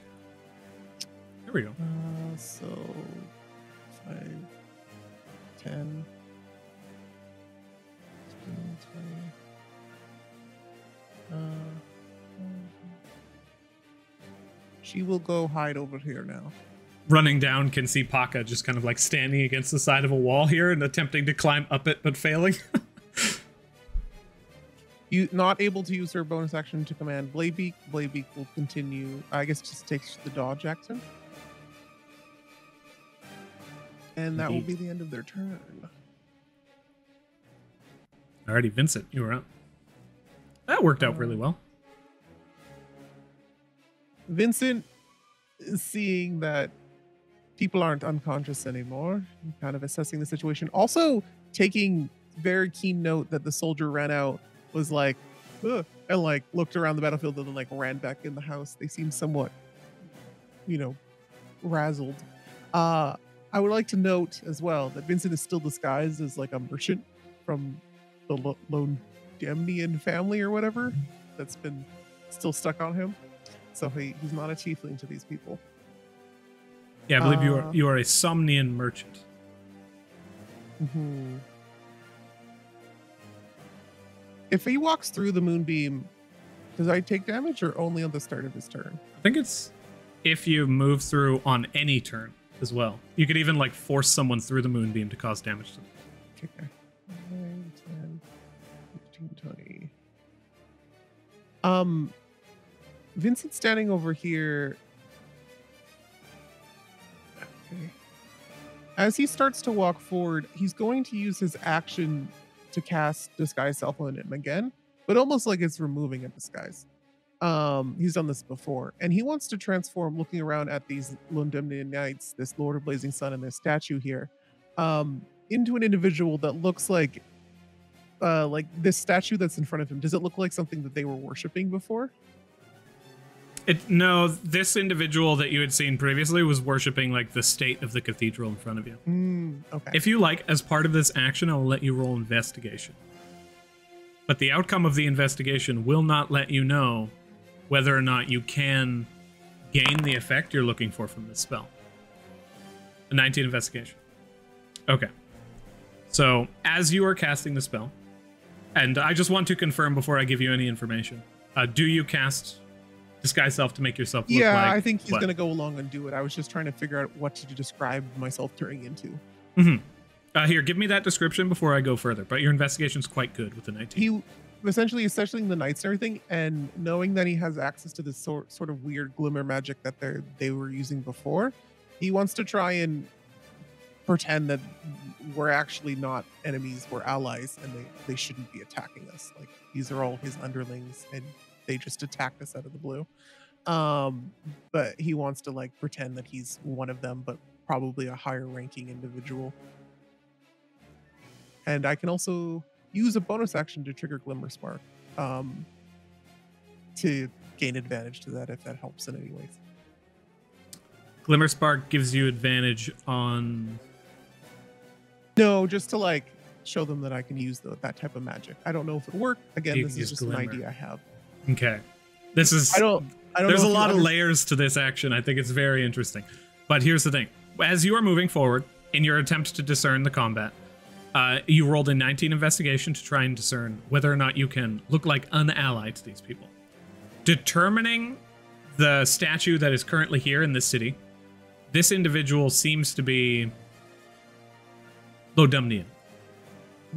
Moving into this place and seeing the destruction of the moonlit cathedral on the other side, and the building that stands before you now, old, but not destroyed, right? They seem to be taking care of this building almost. These people don't seem to be from here. The infiltrator knight, you assume, is infiltrating as he does, and therefore he would be an enemy to anybody that would erect a golden statue within this area. Okay. Yeah. Okay. So he will turn into he's seen a lot of Lodumnian soldiers on the battlefield on the 4th level as well. He will turn into like one that looks like could be a commander with all of their armor and stuff that was a part of essentially this war. And have that gear on as he walks up. And he'll essentially use his movement to move up to the front of this individual and like eye him down, and then turn his head and eye this guy down. And did we ever hear them speaking common, or were they speaking their own kind of language? Previously, when you had heard them speak on the battlefield, they spoke not common, but you understood their words. It's like it was a strange language you did not recognize, but the meaning of their words came through. Okay. And same when this individual said words before he ran away, because he was just like, enough. And Exactly the same. okay. He'll just speak in common then. And he'll just be like, what are you doing? And he'll cast Glimmer Spark to target this individual. I think Glimmer Spark it surrounds you. It's a 15-foot cone centered on you, or a 15-foot area centered on you. So you would also I can hit target Jojo. a number of creatures equal to my charisma modifier. Ah, beautiful. So I will choose this guy. Sorry that took a bit. It's a bit of a weird thing I'm trying to do. RP turns are fun. You stride forward. What are you doing? And then you just reach your hand out, cast aside as this just cloud of refractive glimmer erupts out from around you. The individual who's standing in front of you gets blasted from the front by this radiant damage. 8 radiant damage tears through them, and they are now bloody. That effect is so cool, by the way. It's very fun. Some of the modules that are in here are great. And as the light tears through their body, they look towards you. The infiltrator knight looks towards you and immediately says, "Imposter. There is no others. Not within our ranks who can do what I can do." And as you cast Glimmer Spark, immediately you are outed.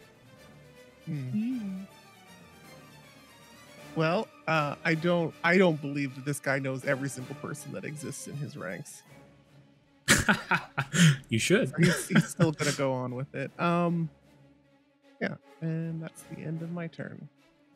Do not falter, allies. Slay them. Take them down. Should I roll intimidation against this dude, or is that just the end of my turn? It would not be necessarily intimidated by this. Okay. Yeah. Mechanically changing things would typically be an action. So intimidation on this front would just be like, I'm going to try and intimidate them to force them to attack me or to stop attacking me, kind of thing. At the end of your turn, it is Darling's turn. Okay. Darling will 15, 20, 25, 30. And she'll look down towards this individual. Oh, they're still 15 feet in the air, right? They are just at the top of the pillar. hidden behind it. And as Darling appears in their line of sight, they look down in terror. Okay. I need them to roll a wisdom saving throw. You can have positioned Darling in a different location if you were like, oh, I didn't know they were high up. Wisdom save. Behind them instead, then. Okay. Haste does succeed. Okay, that's fine. He, for like a momentary instant, he feels like a drain within his system, and then his ears pop and he can hear again. Oh, God. Don't do that to me. Ooh, did not like that for some reason. Now, faint bit of blood is trickling down from almost all orifices. You just got the nose left. If you got, like, smell bite, you're good. That'll be the full Exodia, and he will just die. I don't think there's a spell in the game that gets rid of your sense of smell, unfortunately. There should be. Full Mastiffs Exodia. are a pain. Yeah. Is that the end of Darling's turn? Mm-hmm. Excellent. It's like Yugi just shows up out of nowhere. Yummy Yuki! Not sponsored, obviously. Selene. Oh, I just applied damage. Let me actually roll it instead. Perfect. So let me give you some health back, Selene. Yay! Yay, Selene heals.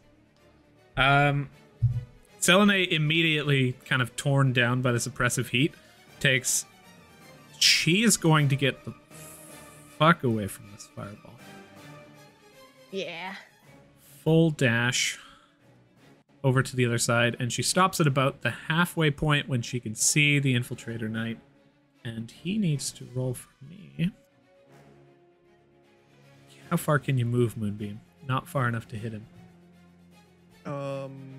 I don't know if it has. Ooh. Takes into her hand, she draws a sigil in the air and pulls aside. You see a faint glimmer from one of her many holy symbols. And as the energy kind of coalesces into her hand, she reaches forward, holds onto her wrist, and boom, releases a guiding bolt that just flies in towards, slamming into him despite his 3/4 cover. And as he kind of reels back, he is immediately enveloped in light. With this guiding bolt, you guys will have advantage on your next attack roll against the individual. Nice. Go ahead and see if that is an effect I can apply.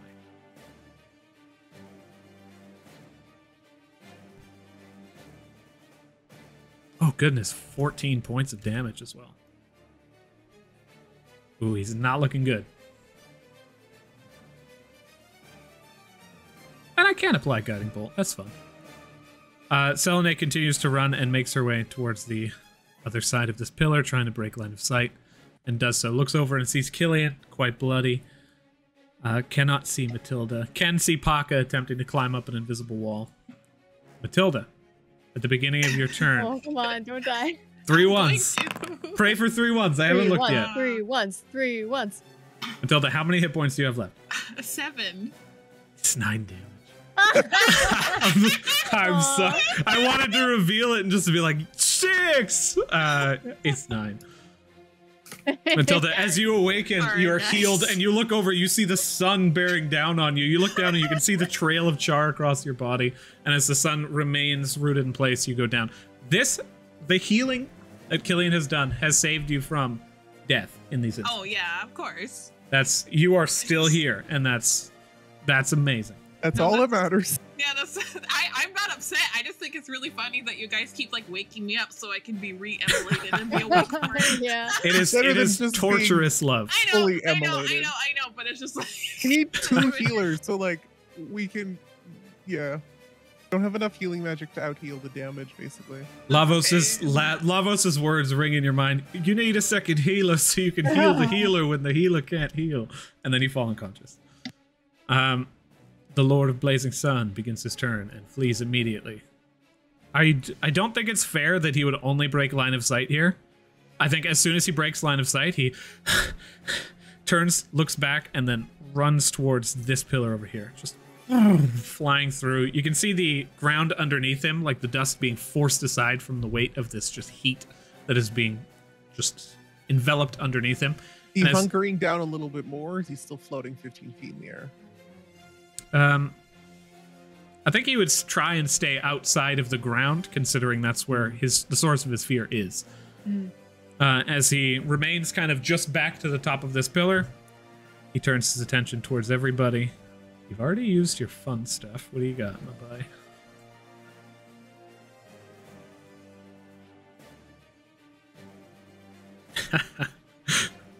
I'm gonna ask you guys, should I be a dick? Or should I not? Nah, don't be a dick. I don't know what that means. Here's what he's going to do. Has he ever seen Matilda get up and fall down again? He has not. He has been outside of line of sight. So he is going to cast Levitate on Killian. Raise Killian up in the air, and then attempt to just keep them there. That is a save, which I can't remember what. Also, let me actually check the range on this. 60 feet. Make sure. Yes.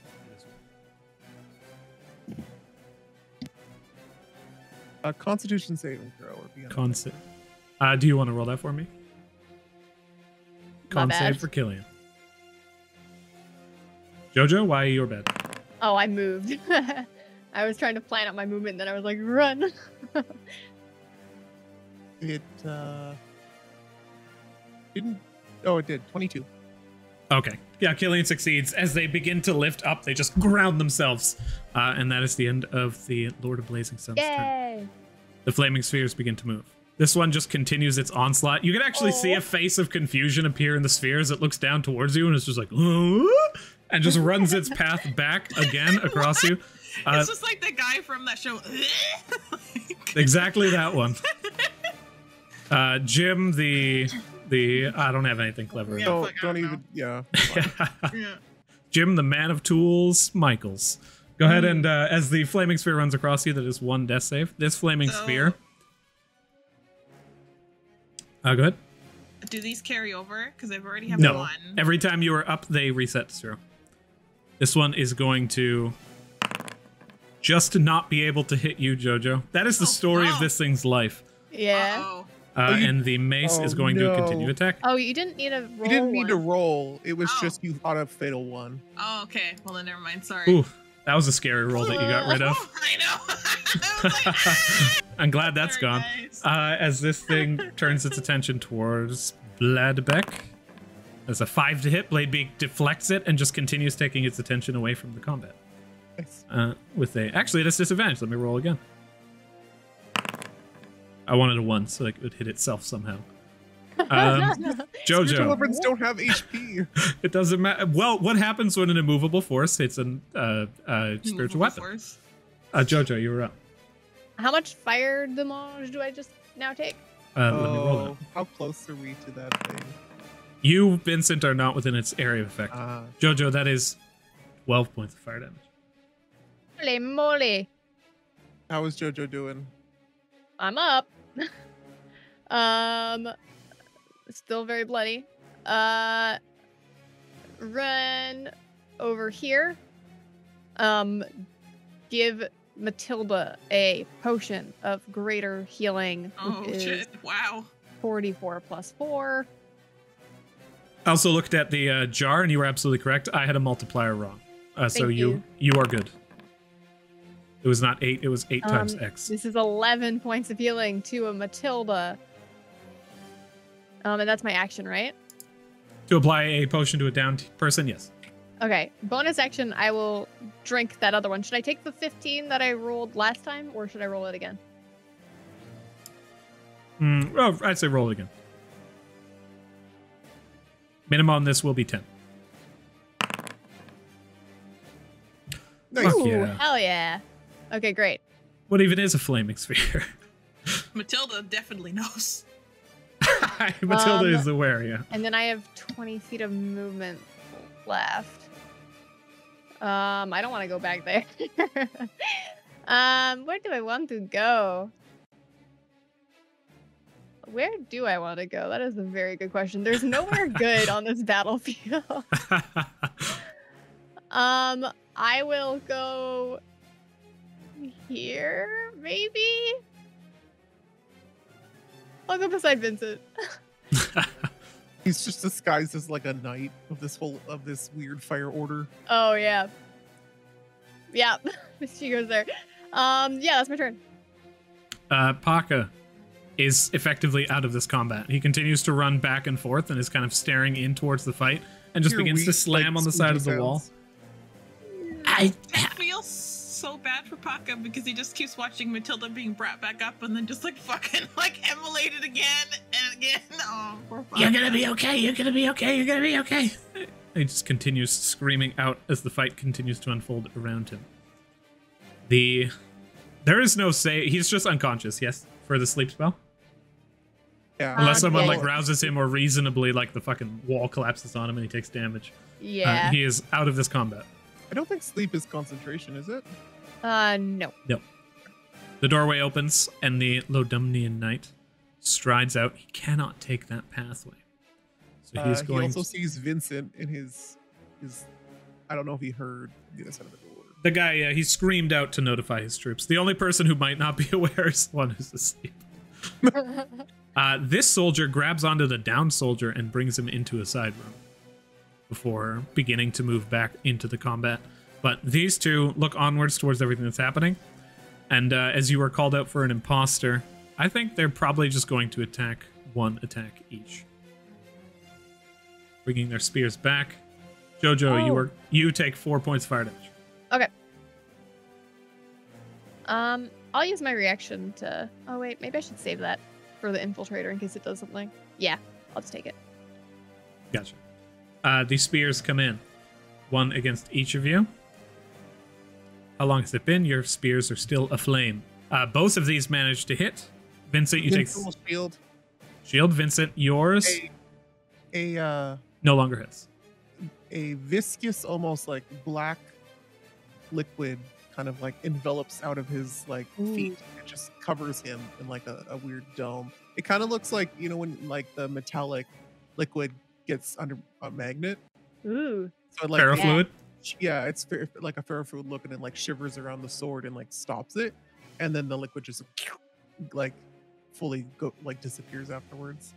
You can trace their eyes as they look in terror, like, and then they just watch it stop their spear. They pull back, the flame just doused by the blackness, and that's just as they watch it go back down into your feet. And then they begin to take aim towards your feet as they bring their hands back to stab at your ankles. But they do not have extra attack or multi-attack. The second one comes in. Jojo, it does manage to hit you. Mm-hmm. This is a hard hit, max damage. You take 8 points of piercing damage from the spear in this instance. And then you also take 8 points of fire damage. I will reduce that fire. Okay. To 4. Bring that down to 4, and you are raging, so 4 piercing as well. And then that is the end of the knight's turn. So you can hear the faint bit of just... I don't want to war, Mum. On the inside of the doorway. As these two knights move back, which they never should have moved in the first place, but they are worried and frazzled. And then they close the door. So you guys can get a tax opportunity against I already used We both shield. used But reactions. yeah, we That's both true. used our reactions. Oh, yay! They survive. They close the door in front of them. And the infiltrator knight gives a nod and a knowing smile. Killian, you're up.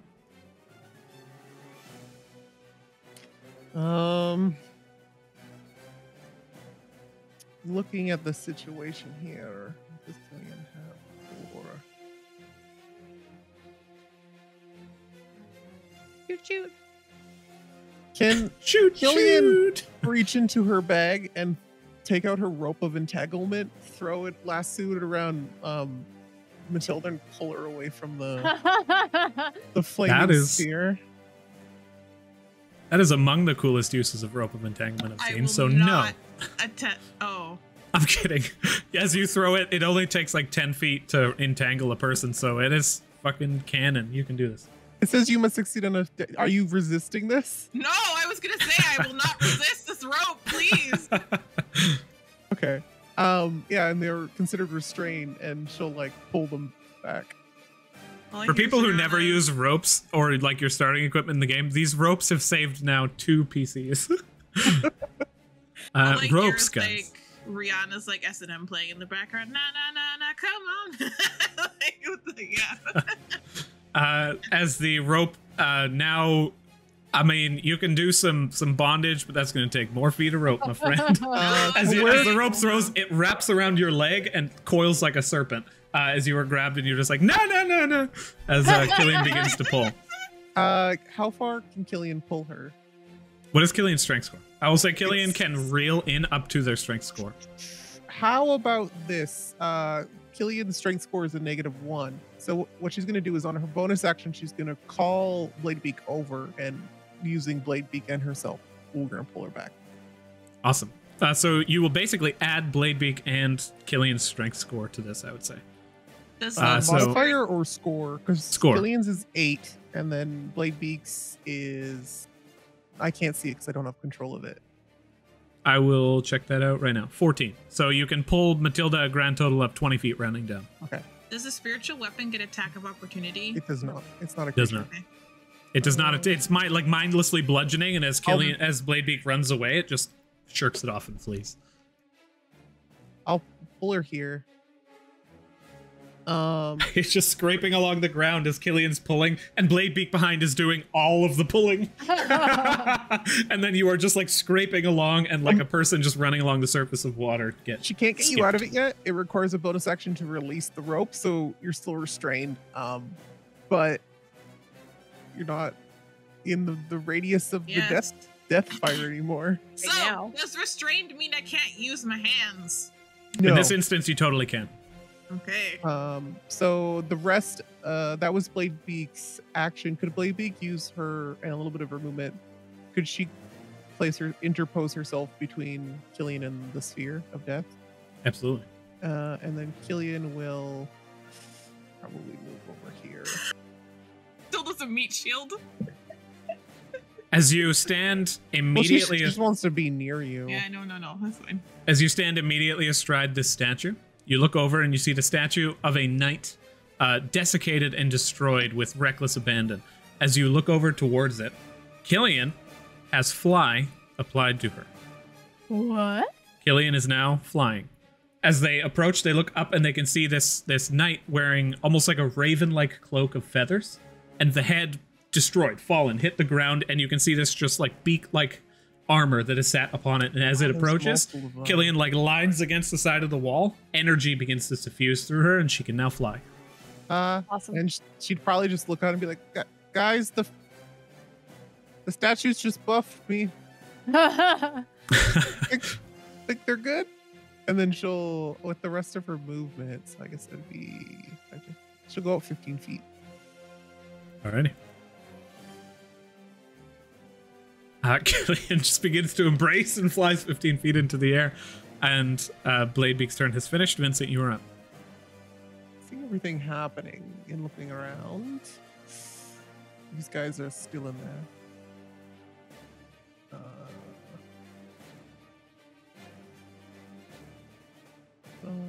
Does it? Have I noticed people taking damage when they get near the sphere, but only if they start their turn near the sphere? It only seems if quantifiably that'd be hard to tell, but only if they start their turn near the sphere, or if it runs through their body. Okay.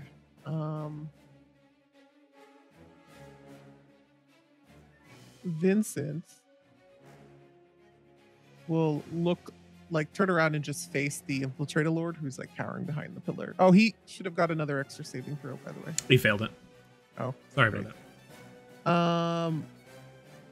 And trying to intimidate like a powerful commander dude, because he was just like, "You're a," what did he say last session or last turn? He's just like, "You're imposter. You're an imposter. Only I can cast that spell, or ability or whatever." So he'll turn around and he'll face him and he'll try to be intimidating as possible, and essentially just be like, "You know little about your ranks." And he'll attempt to cast a spell on him. I need him to roll a wisdom saving throw. Let me just trigger this first so you don't have to do it and then do it again. Attempting to instill doubt into this individual's mind. You try and remove from them their knowledge of their ranks. I need him to roll a wisdom saving throw. Command him to grovel. He has no form of advantage on this. He fails, so he's going to use his legendary action to succeed. Oh, what? That is one legendary action down. Did one Legendary grovel? resistance, sorry. He is not groveling. You can see he looks at you, and he begins to waver. The haze underneath him begins to flicker. It's visible. But as he begins to lower, he just bursts with this energy surrounding him, and he does not. Okay, Vincent will move.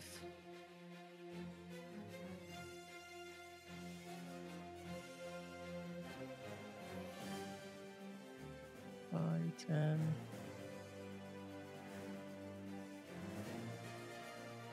If I let off my glimmer spark here, will it hit him? He's 15 feet up, so no. Oh, I thought it was a 15-foot cube around him. It's a 5 foot. Or it's a 15 foot, but it's basically a 3x3. So with you centered in a 15-foot cube, it will look like this. Okay.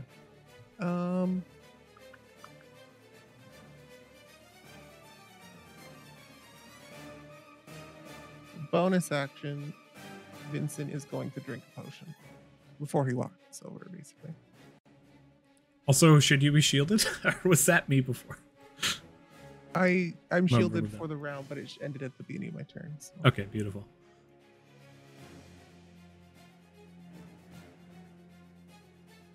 $16 healing. Good lord. 10 minimum, so you're good.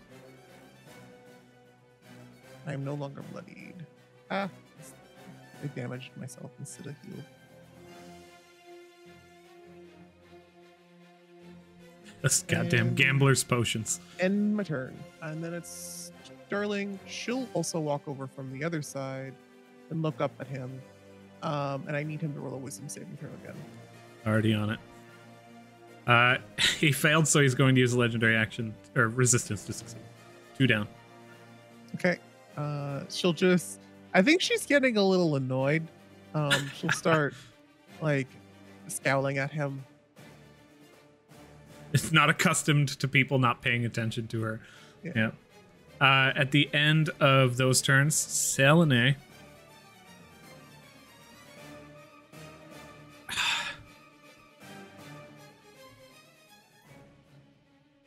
She looks towards you. You guys are both up. Yes. Good.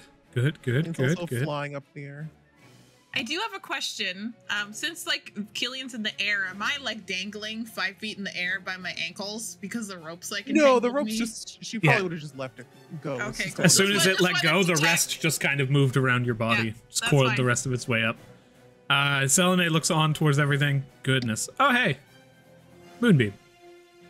Huh. Selene kind of like, I can't heal you. I can't do that. Oh.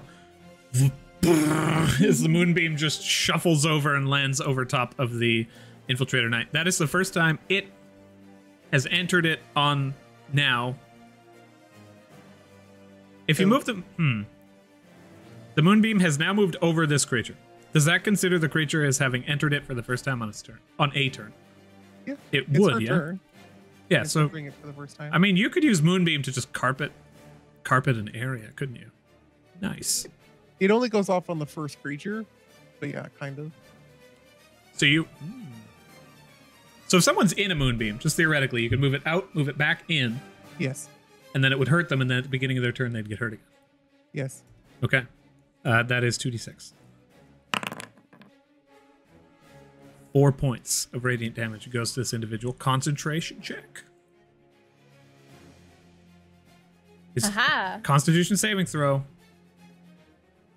You gonna use this legendary action? Resistance? He's scared. There's a scary woman beneath him. I'm gonna roll morale for him.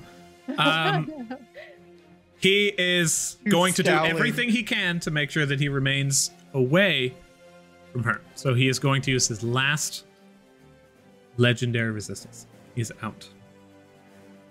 He is still where he is as he is. Now, Okay. Matilda, you are up. Can I cast a spell? Selene runs in between the two of you in order to take the brunt of whatever damage may appear. You can cast this spell. Okay. Someone has their hand raised. Jojo, you have your hand raised. Do you still take half damage when you fail Because it's a leveled spell, right? So did he take half damage on the moonbeam? Or it was the con save that you were doing the thing for? It was it was for concentration. He took Never the full brunt of damage for that one. Cool. Cool. So he is Cool, still cool, concentrating on whatever he's concentrating on. Correct. And My Matilda, turn. you were up. I'm gonna eaty beaty this fucker. Eaty beaty. Get him! Oh no, Selene, why did you move in the way? Oh, she's No. 15 She feet up. ignores Never it. mind. Oh! Yeah. Has anyone used the guiding bolt that she used yet? No, That's- it ended. Her turn just came before mine. I don't think anyone's attacked yet either. Okay, well, I'm gonna do eaty beaty, and also I ignore a lot of cover because of my thing. So, You can guiding bolt attack this individual with advantage if you like. I can do advantage. Yeah, if he's guiding bolt, right? Yes, guiding bolt gives advantage on the next attack roll against the hold on, creature. So you don't need to guiding bolt. Your Eldritch Blast will have advantage. Sorry, Yes. Adrian said that in a weird way. Oh yeah, sorry if 23? that didn't make sense. Does 23 hit? 23 hits. Ah, Get him! Oh, if you get the killing blow, Get I'll him. love this for you. Oh, he's still up. Constitution saving throw. Again. Do I get Again, Oh, you, yeah, he's you gotta don't do get a con advantage on the second one. He succeeds his con save. It's 15 hit? damage? No, 15 15 to to hit. Oh, 15 to hit. Okay. 15 hits. Does he have a reaction? He's going to shield. Can he Oh. shield? Yes, he can. Yeah. Brings up an arcane shield in front of him and hectically, terrified, just erects the shield to grant him enough. The necrotic energy dashes against it. Oh no. I'm very angry. He's not looking good. Oh, and you're shielded. Do I have anything that does a save? I don't think I do. You're fine. I Just do more than his shield will grant him. Yeah. You can use your bonus action. Yeah, hold on. I'm debating whether or not I should heal myself or kill him. Killian? Both of you are Killian bloody. is no longer bloodied, by the way. Adrian just. Killian's not I gotta bloodied? Remove the thingy Thank- from her. Okay, Thank you. I'll heal myself then. I'll use 3 of my bonus action things I can use. Use normal. 18. Nice. Full health. Yes. Okay. Oh, okay. Beautiful. Normal. Come on. Okay. 9. 9. And then Cool. Big number. Another 6. Huh? Ah. Ah, It's a fuck. 3. Okay, so that's a 3. Or it'll So default 12. to 3. Yeah. Okay, 12 hit cool. points back. That's nice. You will now potentially not get just destroyed by One this hit flaming killed? spear. Yeah. Yep. Oh, go. Flaming spears. Okay. Okay. At the end of your turn? My turn. I can't Um, move. Yeah. Healing as a bonus action was a good idea. As a bonus action, you can in the future attempt to break free from the rope of entanglement. Oh, okay. Or Killian can. Actually, I think it's an action to try and break out. And That's what I Killian thought. can It's pretty loose it as a bonus. complicated. I don't think she could get out. Killian can release her on her turn as a bonus action. Okay, perfect. The Infiltrator Knight's turn begins. His shield goes down. Fuck you. Oh, nice. Shield. Oh, he takes He moonbeam takes damage. moonbeam damage. It's 2d6. Come on. Get him. He still up. gets to roll a con saving No. throw to see if he takes half damage. That's how it works, by the way. Thank you. Oh, here it just prompted it actually. I just did not see that. Let's do this. Did not succeed that. Okay, so he takes the full brunt. And then he takes damage, so let me go ahead and roll concentration. Come on. He succeeds. No. He succeeds. I'm so anxious for this individual right now. I am She's very there. much not. You are not within line of sight. He's going to move over here. Break line of sight. Now terrified of the nature of everything that's happening, he's going to look towards who he can currently see. I'm gonna get it. Nah. He looks towards you all, begins to carve glyphs into the open air. And you see his entire body disappear. Oh no. No idea where he is. How much movement do you have left?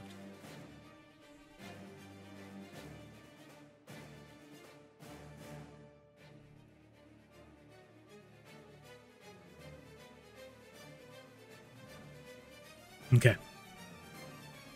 The spiritual weapon moves over towards Selene and takes an attack. It's 10 feet up. It needs to move 5 feet down. As it does so, and lands in front of her, Selene raises her shield aloft and dashes the weapon across. You can see her legs buckling as she's heinously damaged. Oh. The spiritual weapon's turn is over. The flaming sphere. It immediately stops its movement once it hits a creature. Typically. This one. It's not. It moves through Bladebeak, ripping through the body and the chassis. I don't know how much health Bladebeak has. I don't have access to it. Bladebeak, in this instance, as the flaming sphere dashes against the body, Bladebeak stops it. It does not continue its onslaught. Bladebeak pushes against the flaming sphere and takes 8 points of fire damage. Still up. Bladebeak has very little hit points. Bladebeak is not looking good. The second flaming sphere needs to move. What can you see? Oh. I think at current, Jojo, the Infiltrator Knight, has not seen just about anything that you have done this combat. You have kind of, for the most part, you were inside the church. And then kind of like breaking out, you are now dealing with these soldiers over here who forgot to shut the door, apparently. And as the flaming sphere... He was like standing here when she was like stabbing at, or like did a couple reactions towards some stabs, but that was about it. The flaming sphere moves towards you, Vincent. Go ahead and roll for me. This is a dexterity saving throw. I will add 2 to this. I'm sorry, this is actually a little bit unique. You can choose to make this a strength saving throw. If you succeed on the strength saving throw, no, okay. I'm just gonna say no on that just one. no. I'll go with my 22. Okay. As the flaming sphere moves through you, you manage to dodge out of the way. You lose a brunt of the damage. You take 5 points of fire damage, further halved to 2, and the flaming sphere ends its movement next to Darling. You are currently concentrating, you succeed on the check. The flaming spheres did not do well this round. Jojo, at the beginning of the round you were up, you take 4 points of fire damage. Okay. I am going to climb up on this horse with the knight, seeing that cool things happen to Killian on that one. Hopefully cool things happen on this one.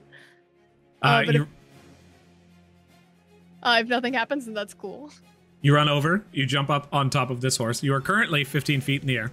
Awesome. To get to the top of the statue. So you've used 30 feet of movement. As you reach the top of the statue, you see the knight on top of it disappears.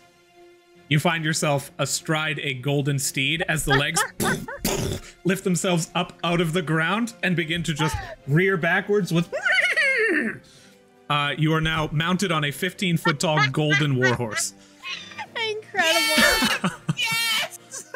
Okay, great. As my action, I wanted to do magic awareness to look for an invisible dude. Also, just gonna throw a warhorse here under your control so that you can see there's the like stats. a wall happening, so I can't see anything on this side of the map because it's acting like the horse is a wall. Oh my goodness. Oh, you actually need to be higher. There you go. You are 20 feet up on the horse. Thank you. Okay, good. Yes, I use magic awareness as my action. What kind of magic do I see? Okay, there is conjuration magic around each of the flaming spheres. Okay. You can see, it's only within your line of sight, so technically you can see invisible creatures. The Lord of Blazing Sun is right here. He is enshrouded in magic. I believe it's transmutation. 15 feet up still? He's 15 feet up. He is 5 feet below you now in your new golden stature. You can see you yourself are enshrouded in magic, but it's enchantment. Oh, the flames that dance around you are enchantment magic. Can I, as a bonus action, attempt to sort of like smack the back end of this horse and be like, over there, get him, stop him. You absolutely can. So this warhorse is considered a construct.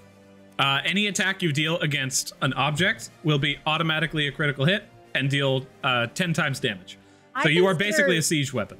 I consider this infiltrator knight an object. So.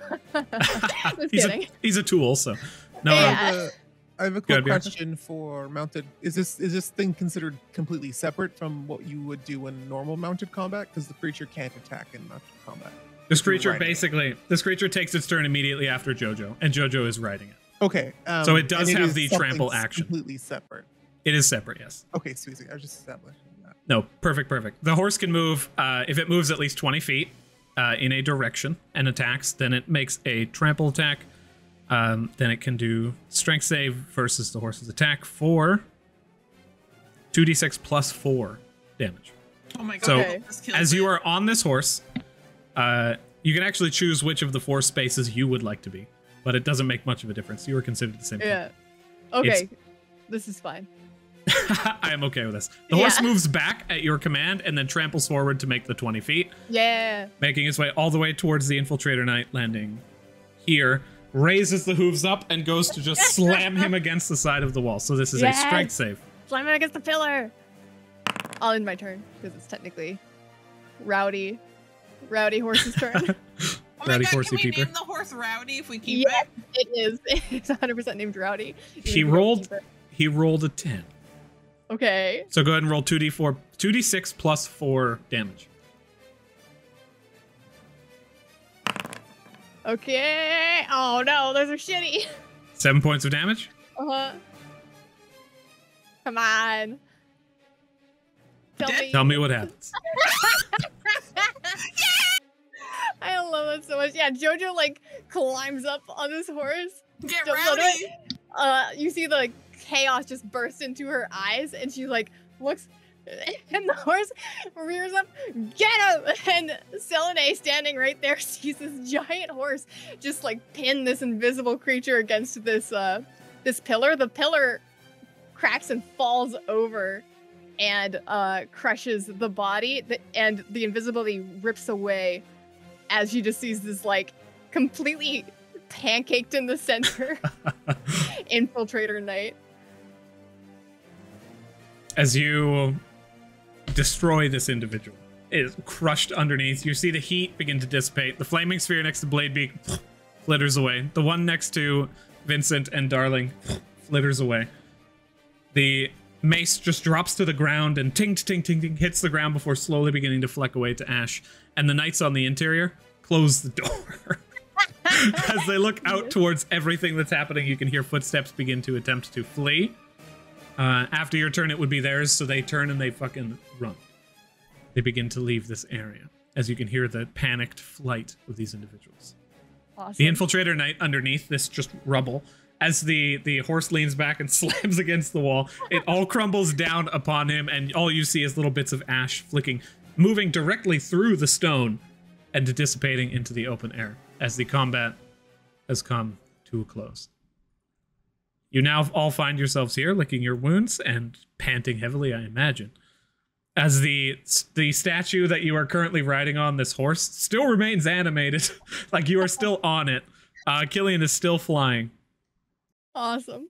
You now find yourselves here within this central courtyard. I will remind you now that because you have the Black Flame Lantern, you do not know if additional enemies will arrive here at any point in time, but these ones will not respawn until a long rest. After we've long rested, yeah.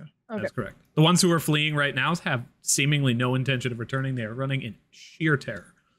As Vincent like comes and walks up to you, you can see this guy's self just like dissipate and fade from him, and he'll turn back into normal Vincent and look up and be like, it's an interesting thing you got there, Jojo. Did you train this yourself, or?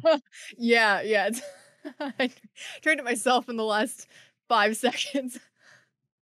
Well, there's always one way to break something in, so. Good pony. Selenay, Still animated or? Yeah. it's still animated. It's gold. You can hear the movement of the body squeaking as the plates begin to adjust. And Selenay drops the moonbeam, moves over, and just kind of fucking plops it down on the side. As I will also stop this mace from just attacking open air. I'm assuming Killian would release Matilda and grab the rope. Matilda, the rope kind of serpentine leaves your body. Ooh. So, get- shall we? Do you want to like use the horse to like move the pillar over, search the bodies, do our usual routine? Sure. Are we gonna get things like we got from the moon? Joe just raises her hand to the sky and like does a little grabby. Where's my item? Where's my sick weapon? Everybody here except for Paka. Roll 1d100. Oh, nice. Darling does not receive a 1d100. Oh. Boo. Sorry, no, can't allow that one. I don't know if low is good, but I hope low is good. I got a 6, so who knows? I got a rock. Oh my god. Last time Paka rolled the highest and he got the best item. So, yeah, we all rolled so low. Selenay rolled a 78. Oh, good job, Selenay. Matilda 11, Jojo 18, Vincent 6, Selenay 78. Bladebeak is not going to roll. Paka is not going to roll. Because I want to know if I should be able to use this or not. Can the assumption be that a low roll does equal not the best item you could get on these boss drops? That is correct. In this instance, a higher roll is more valuable. We use an inspiration? I was just going to You may. that. Awesome. I will Inspiration on any roll. I will do that too. I have one. Come on. Bigger money. Bigger money than that, 61. please. That's better. Okay. 99. Whoa. Bigger number, better item. Wait. 99. You're just saying that what you want, right? Oh, yeah. I thought you rolled the 99. No, I was manifesting, but it didn't work. So let me delete your older ones. Matilda, Jojo, Vincent, all three of you has used your inspiration. Yeah. Bianca, do you want to roll for Killian, or would you like me to roll for Killian?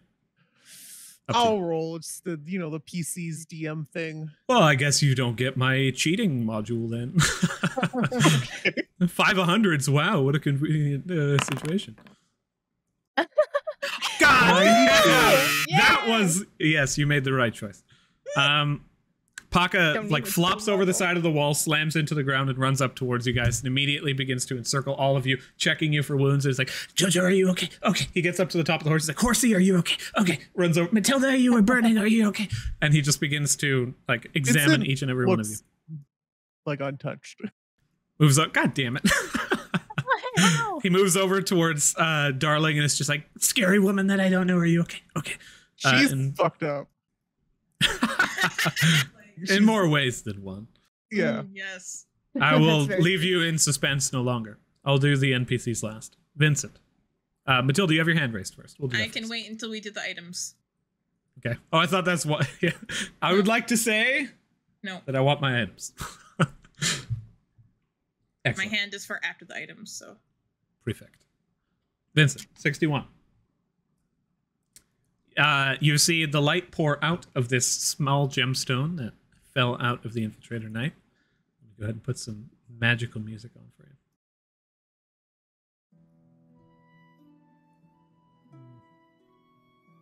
Sad. It's too sad. Not magical enough. More magic. Uplifting message, beautiful, sounds good to me. As the energy begins to lift out of the gemstone, it flies towards each and every one of you individually. Vincent, with a 61, the light settles in your hand and turns into a long wooden staff. As you receive the staff of the Sky Reaper. The scythe of the Sky Reaper. Oh, okay. As you hold it in your hand, let me go ahead and pop this open. You hear a message in your mind. We already had this, didn't we? Jojo has one. You did indeed. You can hear it at any time. You can relive this movie every time you want. You have it in DVD now. I was just making sure that this is no different than the one she had. Identical. Okay. The message you hear in your mind is merely, this staff was granted to the Infiltrator Knight of Lodum by the God of the Dawn upon his victory against the Rock Queen to commemorate his ascent into knighthood. The Lord of Blazing Suns stood as a testament to Lodumnians that one who grew up with nothing can still achieve great things. And you hear a conversation. So, you're the one everyone is talking about. There's no such thing as heroes, you know. says the Infiltrator Knight. I agree completely, says the Walker. Staff solidifies in your hand. How much does Vincent feel he can sell this for? It's a decent item. I will say, go ahead. Without, you don't have Arcana proficiency, so without Identify, you're not sure. Okay. Well, Next. I already know what the item is. Oh, it has been identified previously. It is a low-end rare magic item. So a fair chunk of change. Let me go ahead and roll.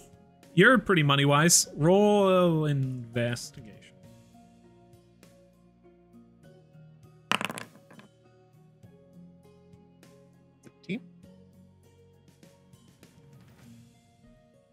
You typically sell magic items for significantly less than you're worth. You could probably get, for a low-end magic item, like... It's a dungeon one, right? Are you allowed to sell dungeon items? I mean, you absolutely can. You could also drop it at the guild, or you can sell it to, like, highest bidder kind of thing. But one is frowned upon and the other is not. You'd probably get around 350 to 450 gold for this. Okay. And then... the next magic item in line. Jojo, you are next. With a 54. The item that solidifies in your hand slowly begins to turn into a staff before turning into a smaller handheld item. Oh, okay. You see a small gemstone appear in your hand, and from that, two spiraling half moon crescents appears before they solidify into a circlet. You receive a circlet of blasting. Ooh. And I just started blasting. Yeah, I like that. That's fun. The circlet of blasting, and you gain an innate knowledge of this. You do not need to identify. While wearing this circlet, you can use an action to cast Scorching Ray. When you make the spell's attack, you do so with a bonus of +5 once per dawn.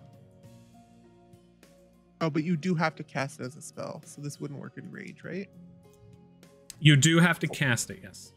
It's still super useful, though. Yeah. Not always raging. Next up, Matilda, 31.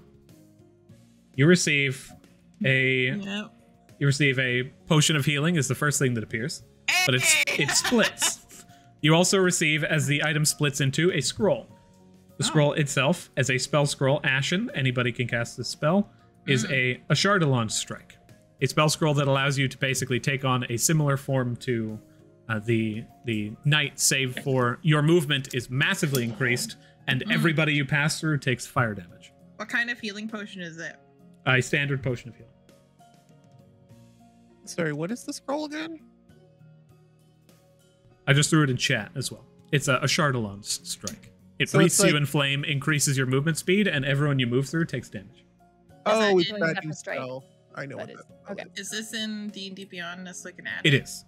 So it's you can add spell scroll, and under the notes in D&D Beyond, just put the name of the spell.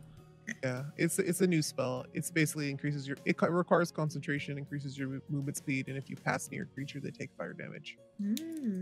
Also, the Ashen spell scroll is a separate item than the regular spell scroll, so you'll want to add that one. Next up, Killian, 92. Killian receives a pair of boots. I'll have to add these because they are not currently in my collection. You receive the boots of the Blazing Sun, the very same clothing that the individual was wearing.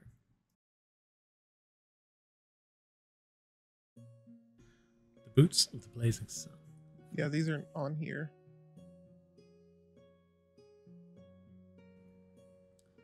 The user must be. I have no idea what that means.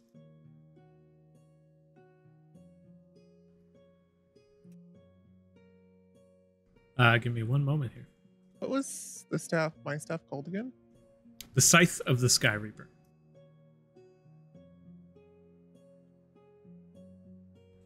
There we go, found him. The Boots of the Blazing Sun. As they land in Killian's hand, a message appears in her mind. These golden boots host a sigil of a bladed sun and exude a pale, wispy sunlight. When activated, the boots concentrate into a thick, physical cloud of wispy light that can keep you aloft.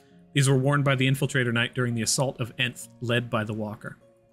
These boots have one charge that refresh at dawn. When you wear them, you can expend the charge and cast the Levitate spell on yourself, requiring no concentration. You may also use 5 feet of movement on your turn to propel yourself in a straight line, moving up to your remaining movement speed by pushing off the cloud. So you can, like, jump off of clouds in midair. Though the spell does not Oh. require concentration, if you are forcibly moved by the off of the cloud by any means, the spell ends and you gently fall to the ground, as though you were under the effects of Featherfall. Vincent, you rolled a 17. As the lowest, you... That's Oh, an I- investigation. That was your investigation. Vincent, you already went. Jojo, Matilda, Killian, you're good. Is there anybody left? Selenay. And then let me just double check and make sure that everybody has been appropriated. Roll for the horse. No, I'm just kidding. What about Selenay. Gambit? Just kidding. All summons get amazing magic items. I'm now just 1 sec. I will open the floor to questions post Matilda's hand raise. And then as Selenay also receives a staff of the Sky Reaper that appears within her hand. She holds onto it, and as it kind of just solidifies, she's like, nice. Places it down and just kind of rests her head against the side of the wall, still just tired out of her mind. Matilda, your hand was raised. Please go ahead. I'd like to roll on the injury table, please, to see what I now have. So you previously had gone down with 15 hit points. Yeah. So go ahead and roll a 1d100. Okay. 57. 57. You have a lingering injury of a small scar or burn or similar effect. The thing that had kind of like rushed across you, you were basically sitting within the surface of this superheated plasma for quite some time. So you can kind of, I think you can dictate kind of what your character gets in this instant. It ran across your stomach and most of your chest. It's actually, this thing was larger than you. It ran across your entire body.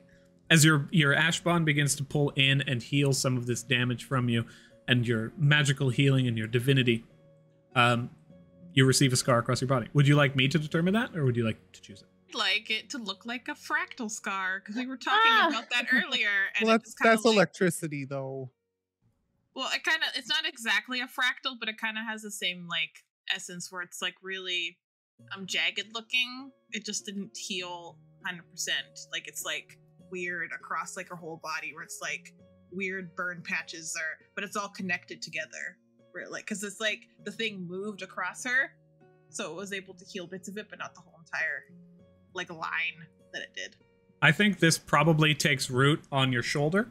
Yeah. And then kind of connects into smaller patches throughout. It's almost like following a vein in a way. And then you can see kind of this like exposed skin that had been hurt more than others into larger patches of burns that carries down kind of probably to the mid chest. As you rolled for a small scar. So it can't cover like your entire chest. No, but it's like... But as the burn heals, you have this kind of scar, this battle scar across your body. And Vincent, you had something to say as well. No, Jojo, what was the item that you got? I got a circle of blasting. Oh, circlet. Okay.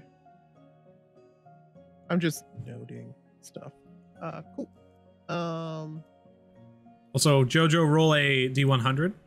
You were looking for a 70 or higher. Let's go, baby! Is Jojo still on fire? Nope. Jojo was still on fire for one more round, so take 4 more points of fire damage, and then the Okay. fire would have gone out because they went too far away. You also take note of this, Jojo, as the flames dissipate from you as the people are running away. There seems to be some kind of a range to the spell to keep it active. Or range to this golden flame at the very least. I'm extremely bloody. And the horse like walks back over here and just like slides off of it. Okay, we resting or Well, if this is any, place like the other one was, should be some sort of sanctuary.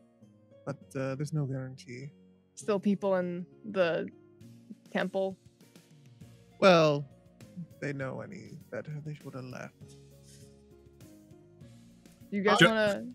Well, here's something that's very funny. The person who got the killing blow was technically the statue. As you look at the statue, it returns itself to its place. It just kind of rests around its neck. You see light come from the core of the Infiltrator Knight, land on the No. neck, and turn into a key that now sits around this this creature's like it's standing there just looking proud as a key appears around its neck, and then it ting ting ting ting hits the ground underneath. I thought you were gonna say that, like, if I was gonna get a title from defeating, like, getting the killing blow on both the Moon Shrine and the Sun Shrine, that I don't get it because the horse killed it. I was gonna be livid. Yeah, I go up and pick the key up. You reach down, you grab the key. You have it in your That hand. probably is that way too, isn't it, man? We gotta do it again. As you all look towards each other, Selene just gives you the middle finger. All right, guys, ready for round 2? Hey. Wait, so Jojo just like screams out. Wait, does Jojo do this in character? I'm so confused. Yeah, you see Jojo go over, pick up the key, just look at it. God damn it! And she like pops open her her tattoo. Do I see this little seed thing? The seed is still there. What the fuck? No, we gotta do it again. Maybe on a different day, hon.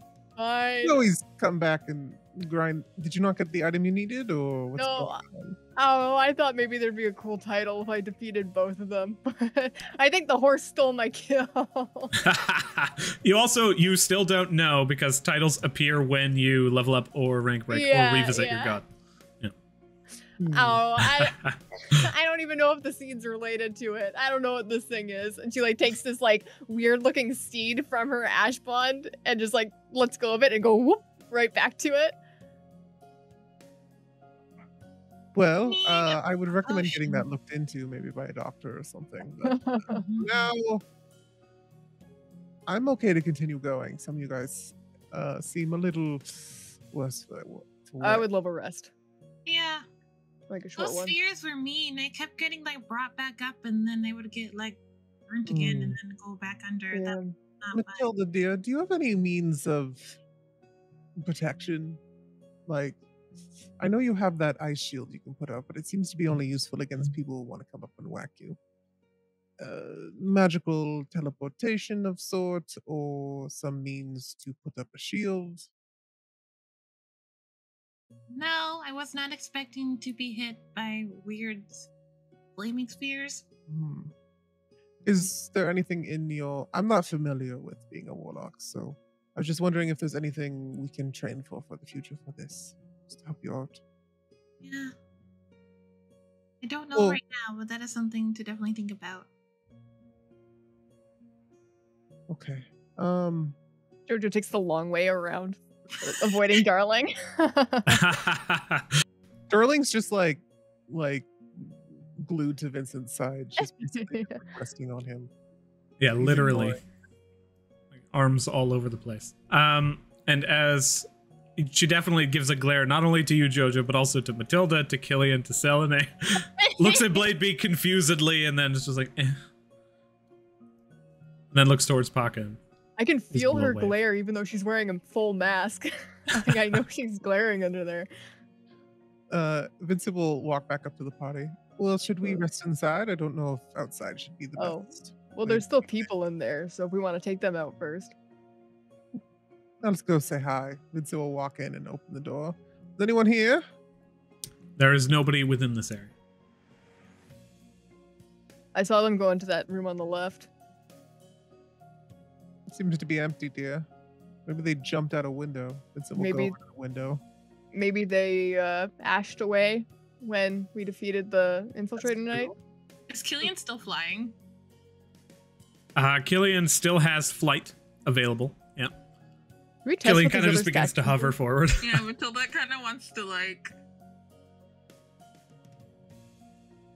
go up to this one. What happens? First thing, just so we can get this one down, sorry. Killian. No, totally.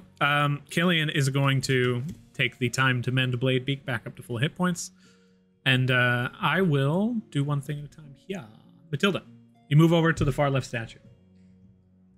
On the statue itself, a flaming sphere appears. Oh no! Yo, instead of fences, it's flaming spheres this time. I mean, that's objectively more dangerous than a fence. You look over to... Sorry, I should not have touched on that trauma so soon. You look over towards the statue. I'm dying. There are 5 statues here that surround this cathedral. 4 inlaid into the stone walls, and then one standing at the center. As the massive warhorse returns itself to its original position, the statue of the knight that you had previously seen returns as well.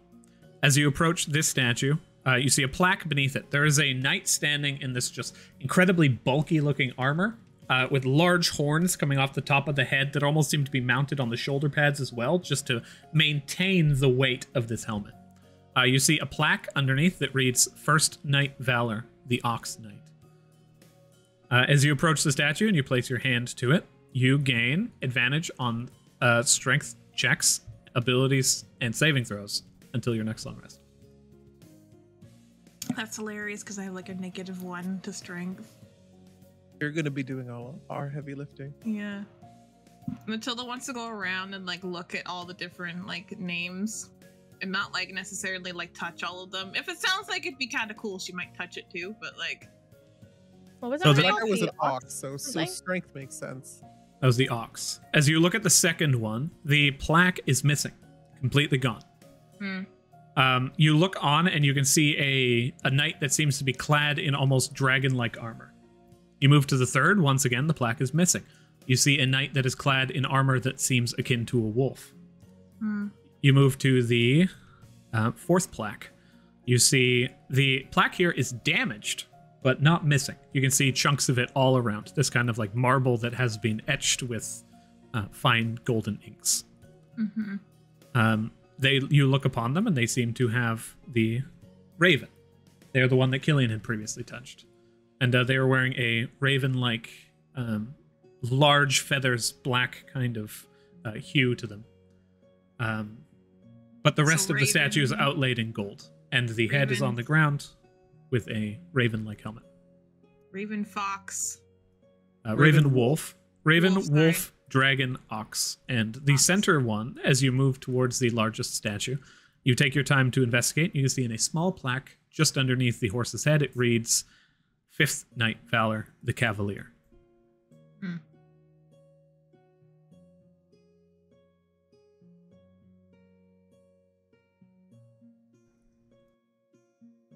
The plaque on the raven was Fourth Knight Valor, the Raven Knight.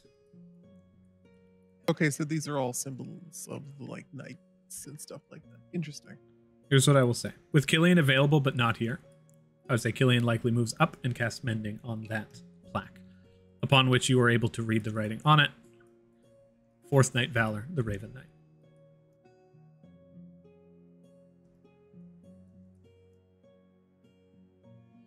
And Vincent, your hand is raised. Can I do a perception check? I just want to see if there's people in here without having to like physically move my character through all the doors and check the trap thing. Can we fast track this a little bit?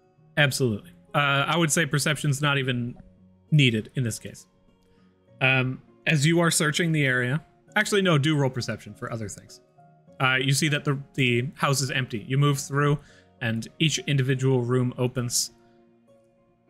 The entire area becomes visible to you. You can see stone beds and simple sleeping quarters for the clergy of this church. Could Darling give me help? Are you proficient in perception? Yes. Then yes. Well, 8 and 9. Searching around the room, you see nothing of particular importance. And you kind of take note that there was a small schoolhouse on the left side, and I will move it just for the stream screen, so you can get a glance around the entire area. You see that there is a door at the back, and as you open it, it leads into this kind of small alleyway that has been blocked by rubble on the other side. As you begin to examine the alleyway, you can see traces of the people fleeing and running over the walls in order to get out of here. You do not see the person who had fallen asleep on the stone ground here. They are missing. And previously you see just what's before you. Stone beds, very simple lodgings. A central kind of church sermon room that has been just aggressively destroyed.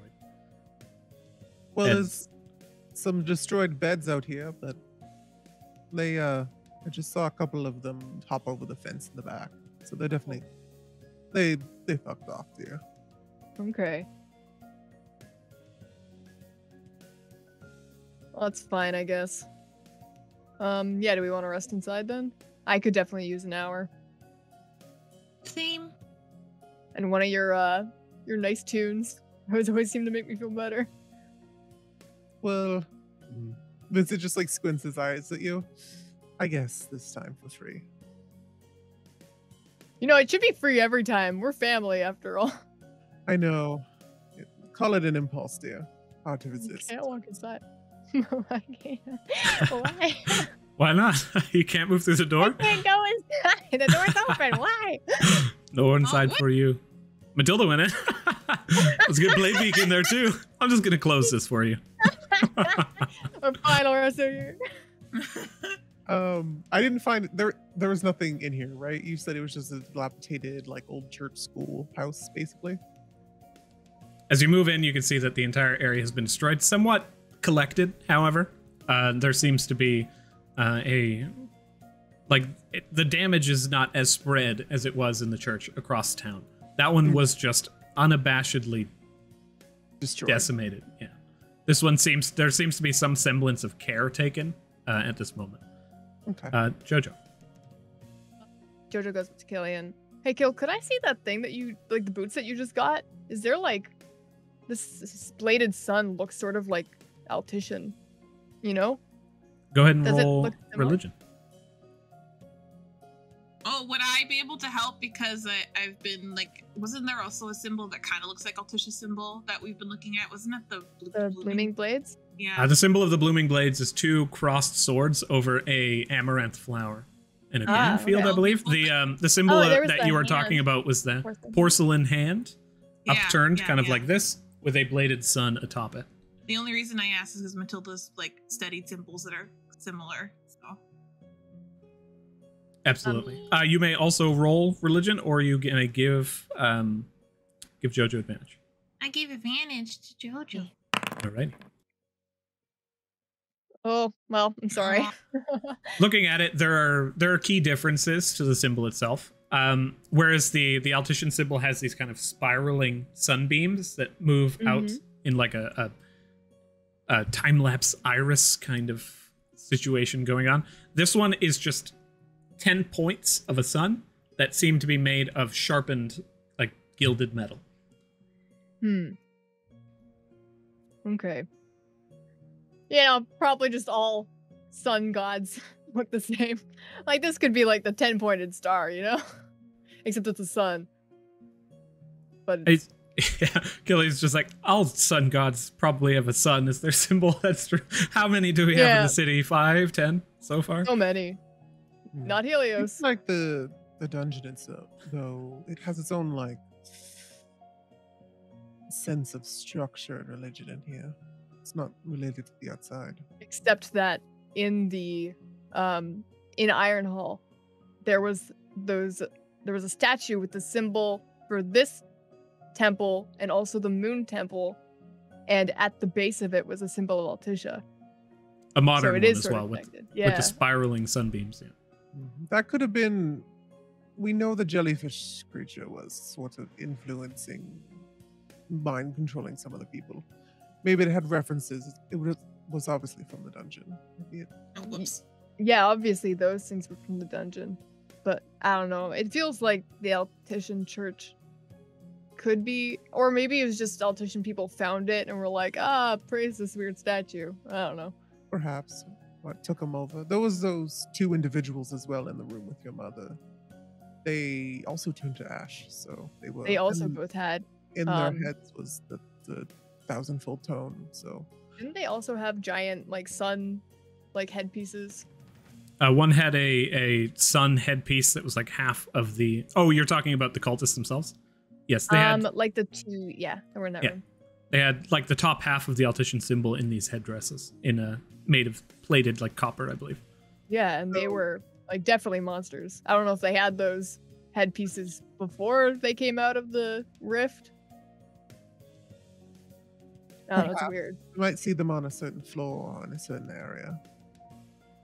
Either way, this just means that creatures from the dungeon, especially humanoids that can blend in with the normal populace, could already have infiltrated the material plane through these rifts. Also possible that this story that's playing out before us is maybe historical maybe this is just a really old version of the Altician symbol that's changed since this.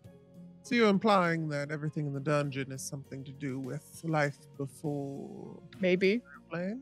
Yeah, I was thinking the same thing. I think that the symbol probably is an earlier rendition of the symbol we have now. I wanted to look into that. Although I didn't recognize like the map at all. But These are interesting theories. My only suggestion is to, if we're dealing with anyone of known power within the city, maybe keep these to yourselves. yeah. It would probably take offense if they were a follower of Altisha. So Oh right, your mom's sort of she grew up around it, dear. Most of the humans did. It just seems really weird that all this stuff about humans and then they're trying to make that drug that only affects humans. Or trying to make a drug that does not affect humans. This would make sense. Could be related. Maybe they want to rid the world and go back to how things were. I don't know. Well, how about you all take a little rest and look over towards Darling. You do a patrol. Let me know if you see anything. When you call on Darling, she like brings her hands together, just like me, and they like go do a patrol. And she just stares out towards the open room, and just roll persuasion. Leaving you alone in a room full of women is not exactly Darling's forte. Yeah, seeing the slight hesitation in her eyes and like the fact that she's not leaving right away, Vincent will just be like, "It would make me quite happy, dear." You have advantage on this. Mechanically speaking, she can't fight you. Magically, you can compel her to do this. She reaches forward and places her face. Oh goodness, 3 18s. As she places her masked face against your cheek as though to insinuate a peck, she makes her way towards the door and slams it as she begins to move out throughout the area. And you can just kind of, I think she probably just begins to move, like walking along the stone ground, and you can hear the footsteps just like moving slowly and methodically and terrifyingly around. Vincent, your friends are sort of weird. Like her and Carson, both of them are just so weird. Oh, with Carson, dear? He's sort of intense.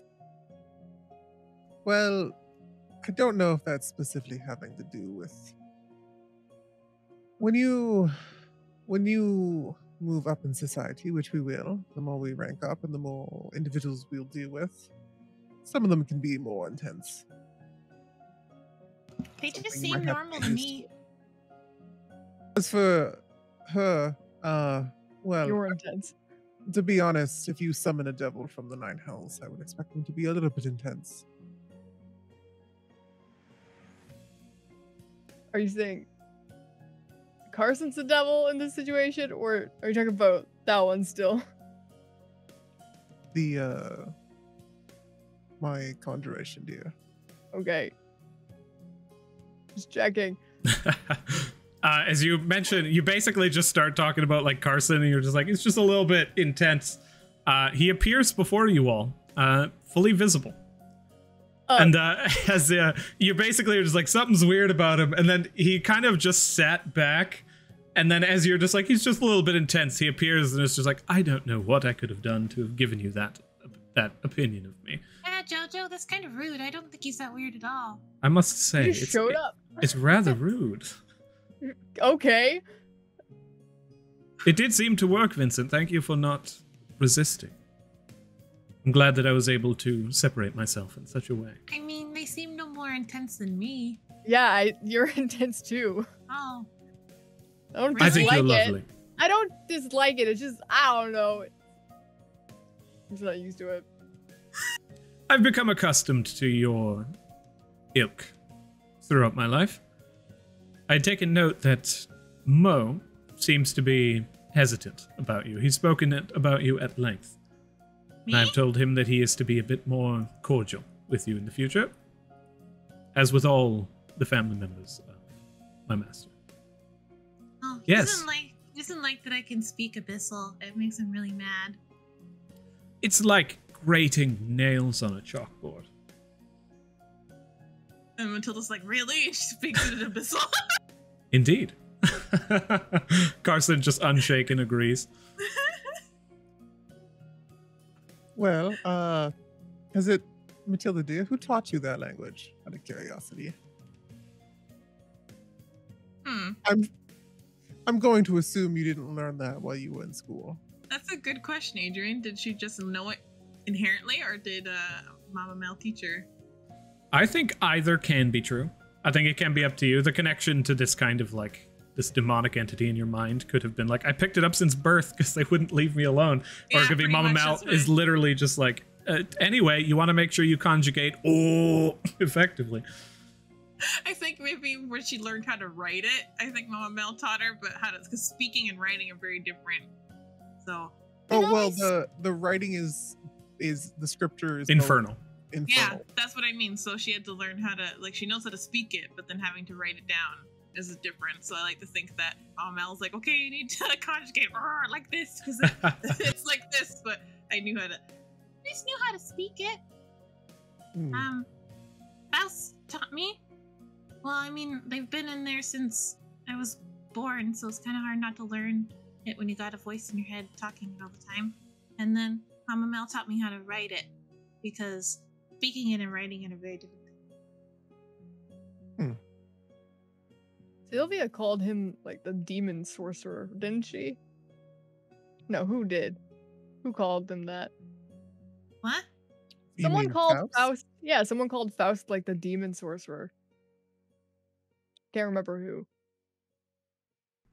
You guys can all roll intelligence. Are you acquainted with? I personally still believe that this might be a side effect of Matilda's upbringing, you know? Intelligence? Hold on. You don't believe her? Not necessarily.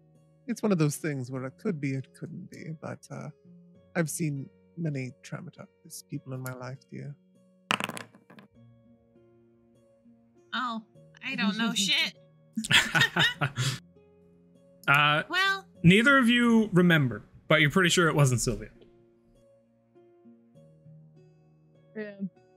Well, the thing is that, like, I wouldn't know because my birth parents decided this for me. I didn't exactly make this choice. So. Well, dear, when people make choices for you and you disagree with them, you simply make your own choice to get rid of them or change it. Do you want these? Do you want the choices that were made for you? Having Faust and Mitra around. They've been around for forever, but I don't know. Things are still going in a direction that is unknown. So we'll see where it goes. So you do wish to keep them? I don't know yet. I never really had a choice. I was growing up told to believe that I would always have to pick one or the other, and now that there's a third option, don't really know what to do. Well, choices, dear. At least I've lived my life this way. It's something you make. So, if you need, to deal with this, let us know. But for now, I guess a little music. So, are you guys taking a short or a long rest here? Short. Short rest, okay. If you take a long rest, those other guys will show up again, right? Yep. It's like ding, and then he's just like, you motherfuckers from outside. Here's one thing I will say. I have memories back. You motherfuckers.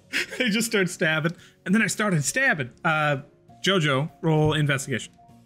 Matilda, you may also roll investigation on this. Okay.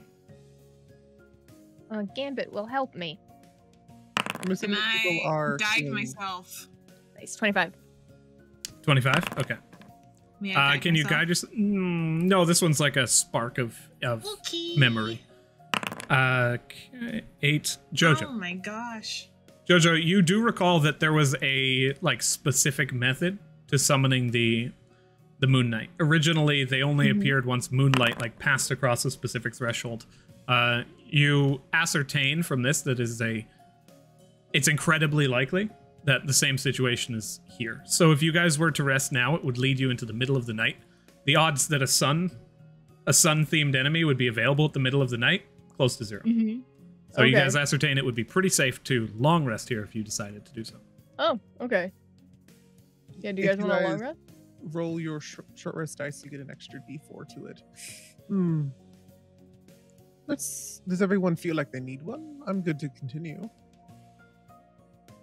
Just bleeding profusely. You might be able to short rest through that. Might be able to. I'll see how I feel in an hour and then let you know. Of course, dear. Carson, do you mind making us some food and drinks? Paka calls to Paka to see what food is available in the backpack. I did have my hand up. Had a question. Okay. When you said that originally, you were also like, oops, so I assumed and I deleted it. I had a previous hand raised, but I accidentally had it on before. Gotcha. What's up? When I was looking, well, there was two things. When I was looking at the statues, could I tell if there was any of them that were particularly destroyed more, or was it just like equal levels of destruction? Like, in the sense of like, was there more emotion behind desecrating one of them versus the others? Here's what I'll say, just with your passive skills and your knowledge of dissecting this kind of information. The only statue that you took note of being more or less destroyed than the others was the knight of the plaque that read the Cavalier in the very center. It was untouched. Yeah. There was no sense of destruction about it. As you looked upon it, it was still standing in its golden glory. To you, this ascertains that there's likely some kind of a connection to the people who had destroyed this area. The fact that the church itself was, though damaged, still intact, and the knights that were here were treating it with some semblance of respect, and the destruction of the other statues within the area. Okay. I also have a picture of Carson. I'd be happy to show off here. And I also was curious about whether or not Matilda would be able to extrapolate if the symbol that's here was an earlier rendition, and if there's like actual like similarities that look like it could have evolved over time. But that might not be something I can do now, but it's something that definitely. I would say roll religion, but also with your investigation proficiency have advantage.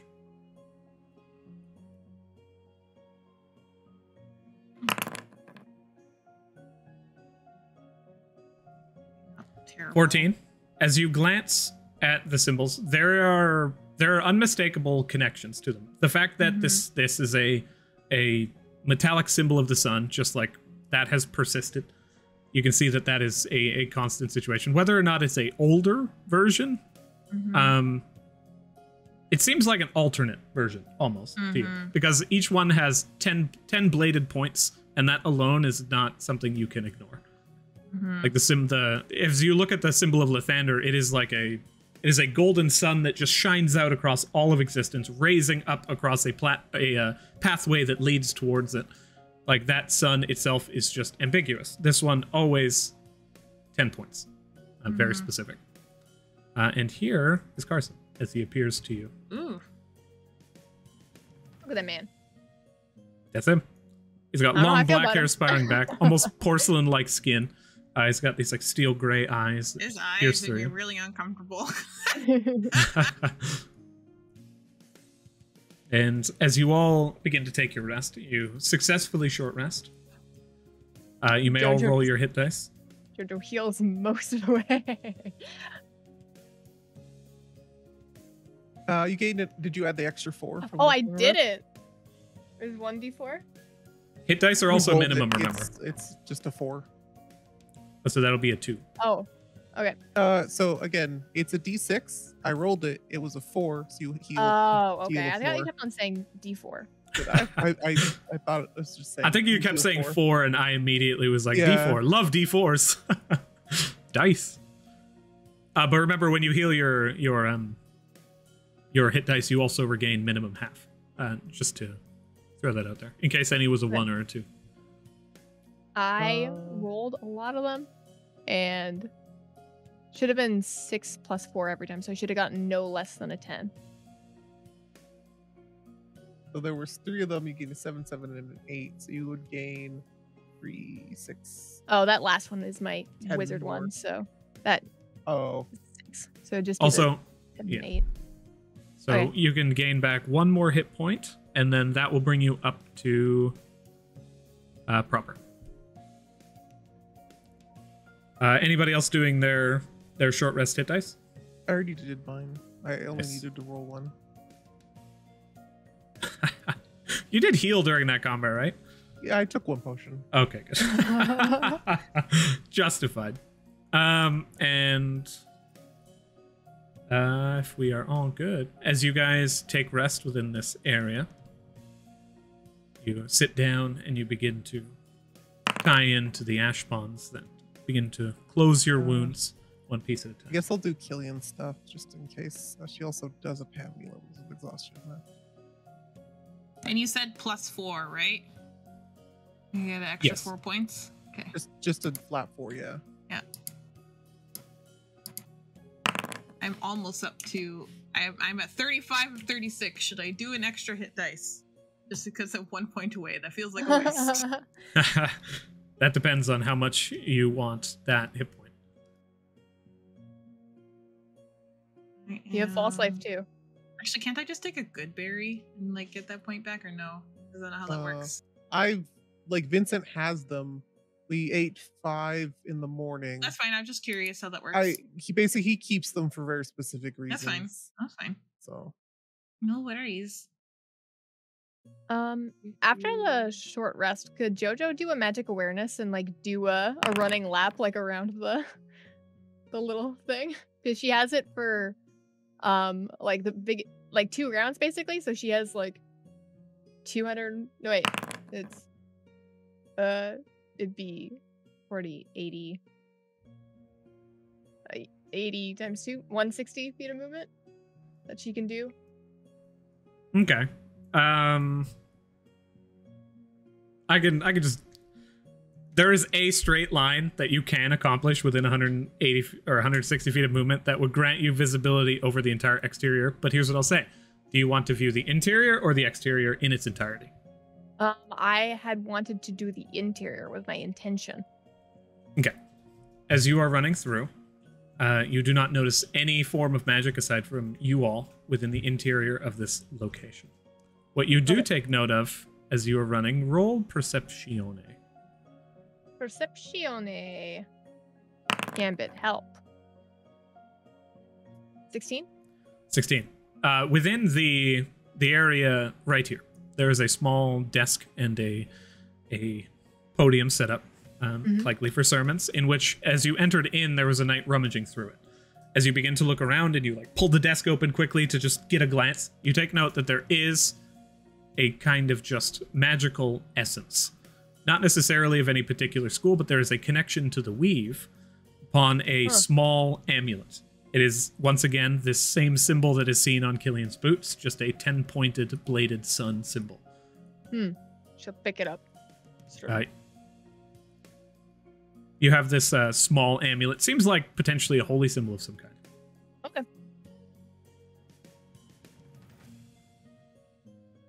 Selene, how are you doing? I'm in pain, but I'm resting. I'll be hunky-dory soon. Is there anything we can do? You seem to be quite, I had to put it in a good way, frazzled, dear, on the battlefield. I don't know. There's certain fights that I'm not comfortable with. This one was pretty rough. But I don't consider myself frazzled. I think I'm a pretty calm, level-headed person, really.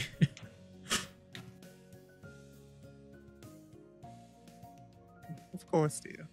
Yeah, I mean, I didn't even heal 100% fully, and like Matilda just like shows like the scar that's like right here on her like chest. Do you want me to? Do you want to look into that, dear? We could just some sort of healing magic could get rid of that. It's important to have identical marks on your body, so if you were to die, they would know it was you. Well, to be honest, if any of us die within the dungeon, it's going to be difficult to find us. Unless we'll whip the party when that happens. If any of us leaves, there's no way to come back, so. Not so much in here, more so out in the other parts of the world. I thought I was the one who had the assassination order out on his head.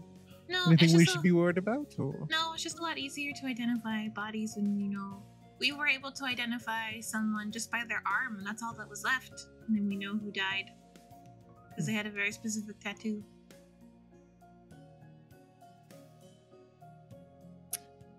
I see.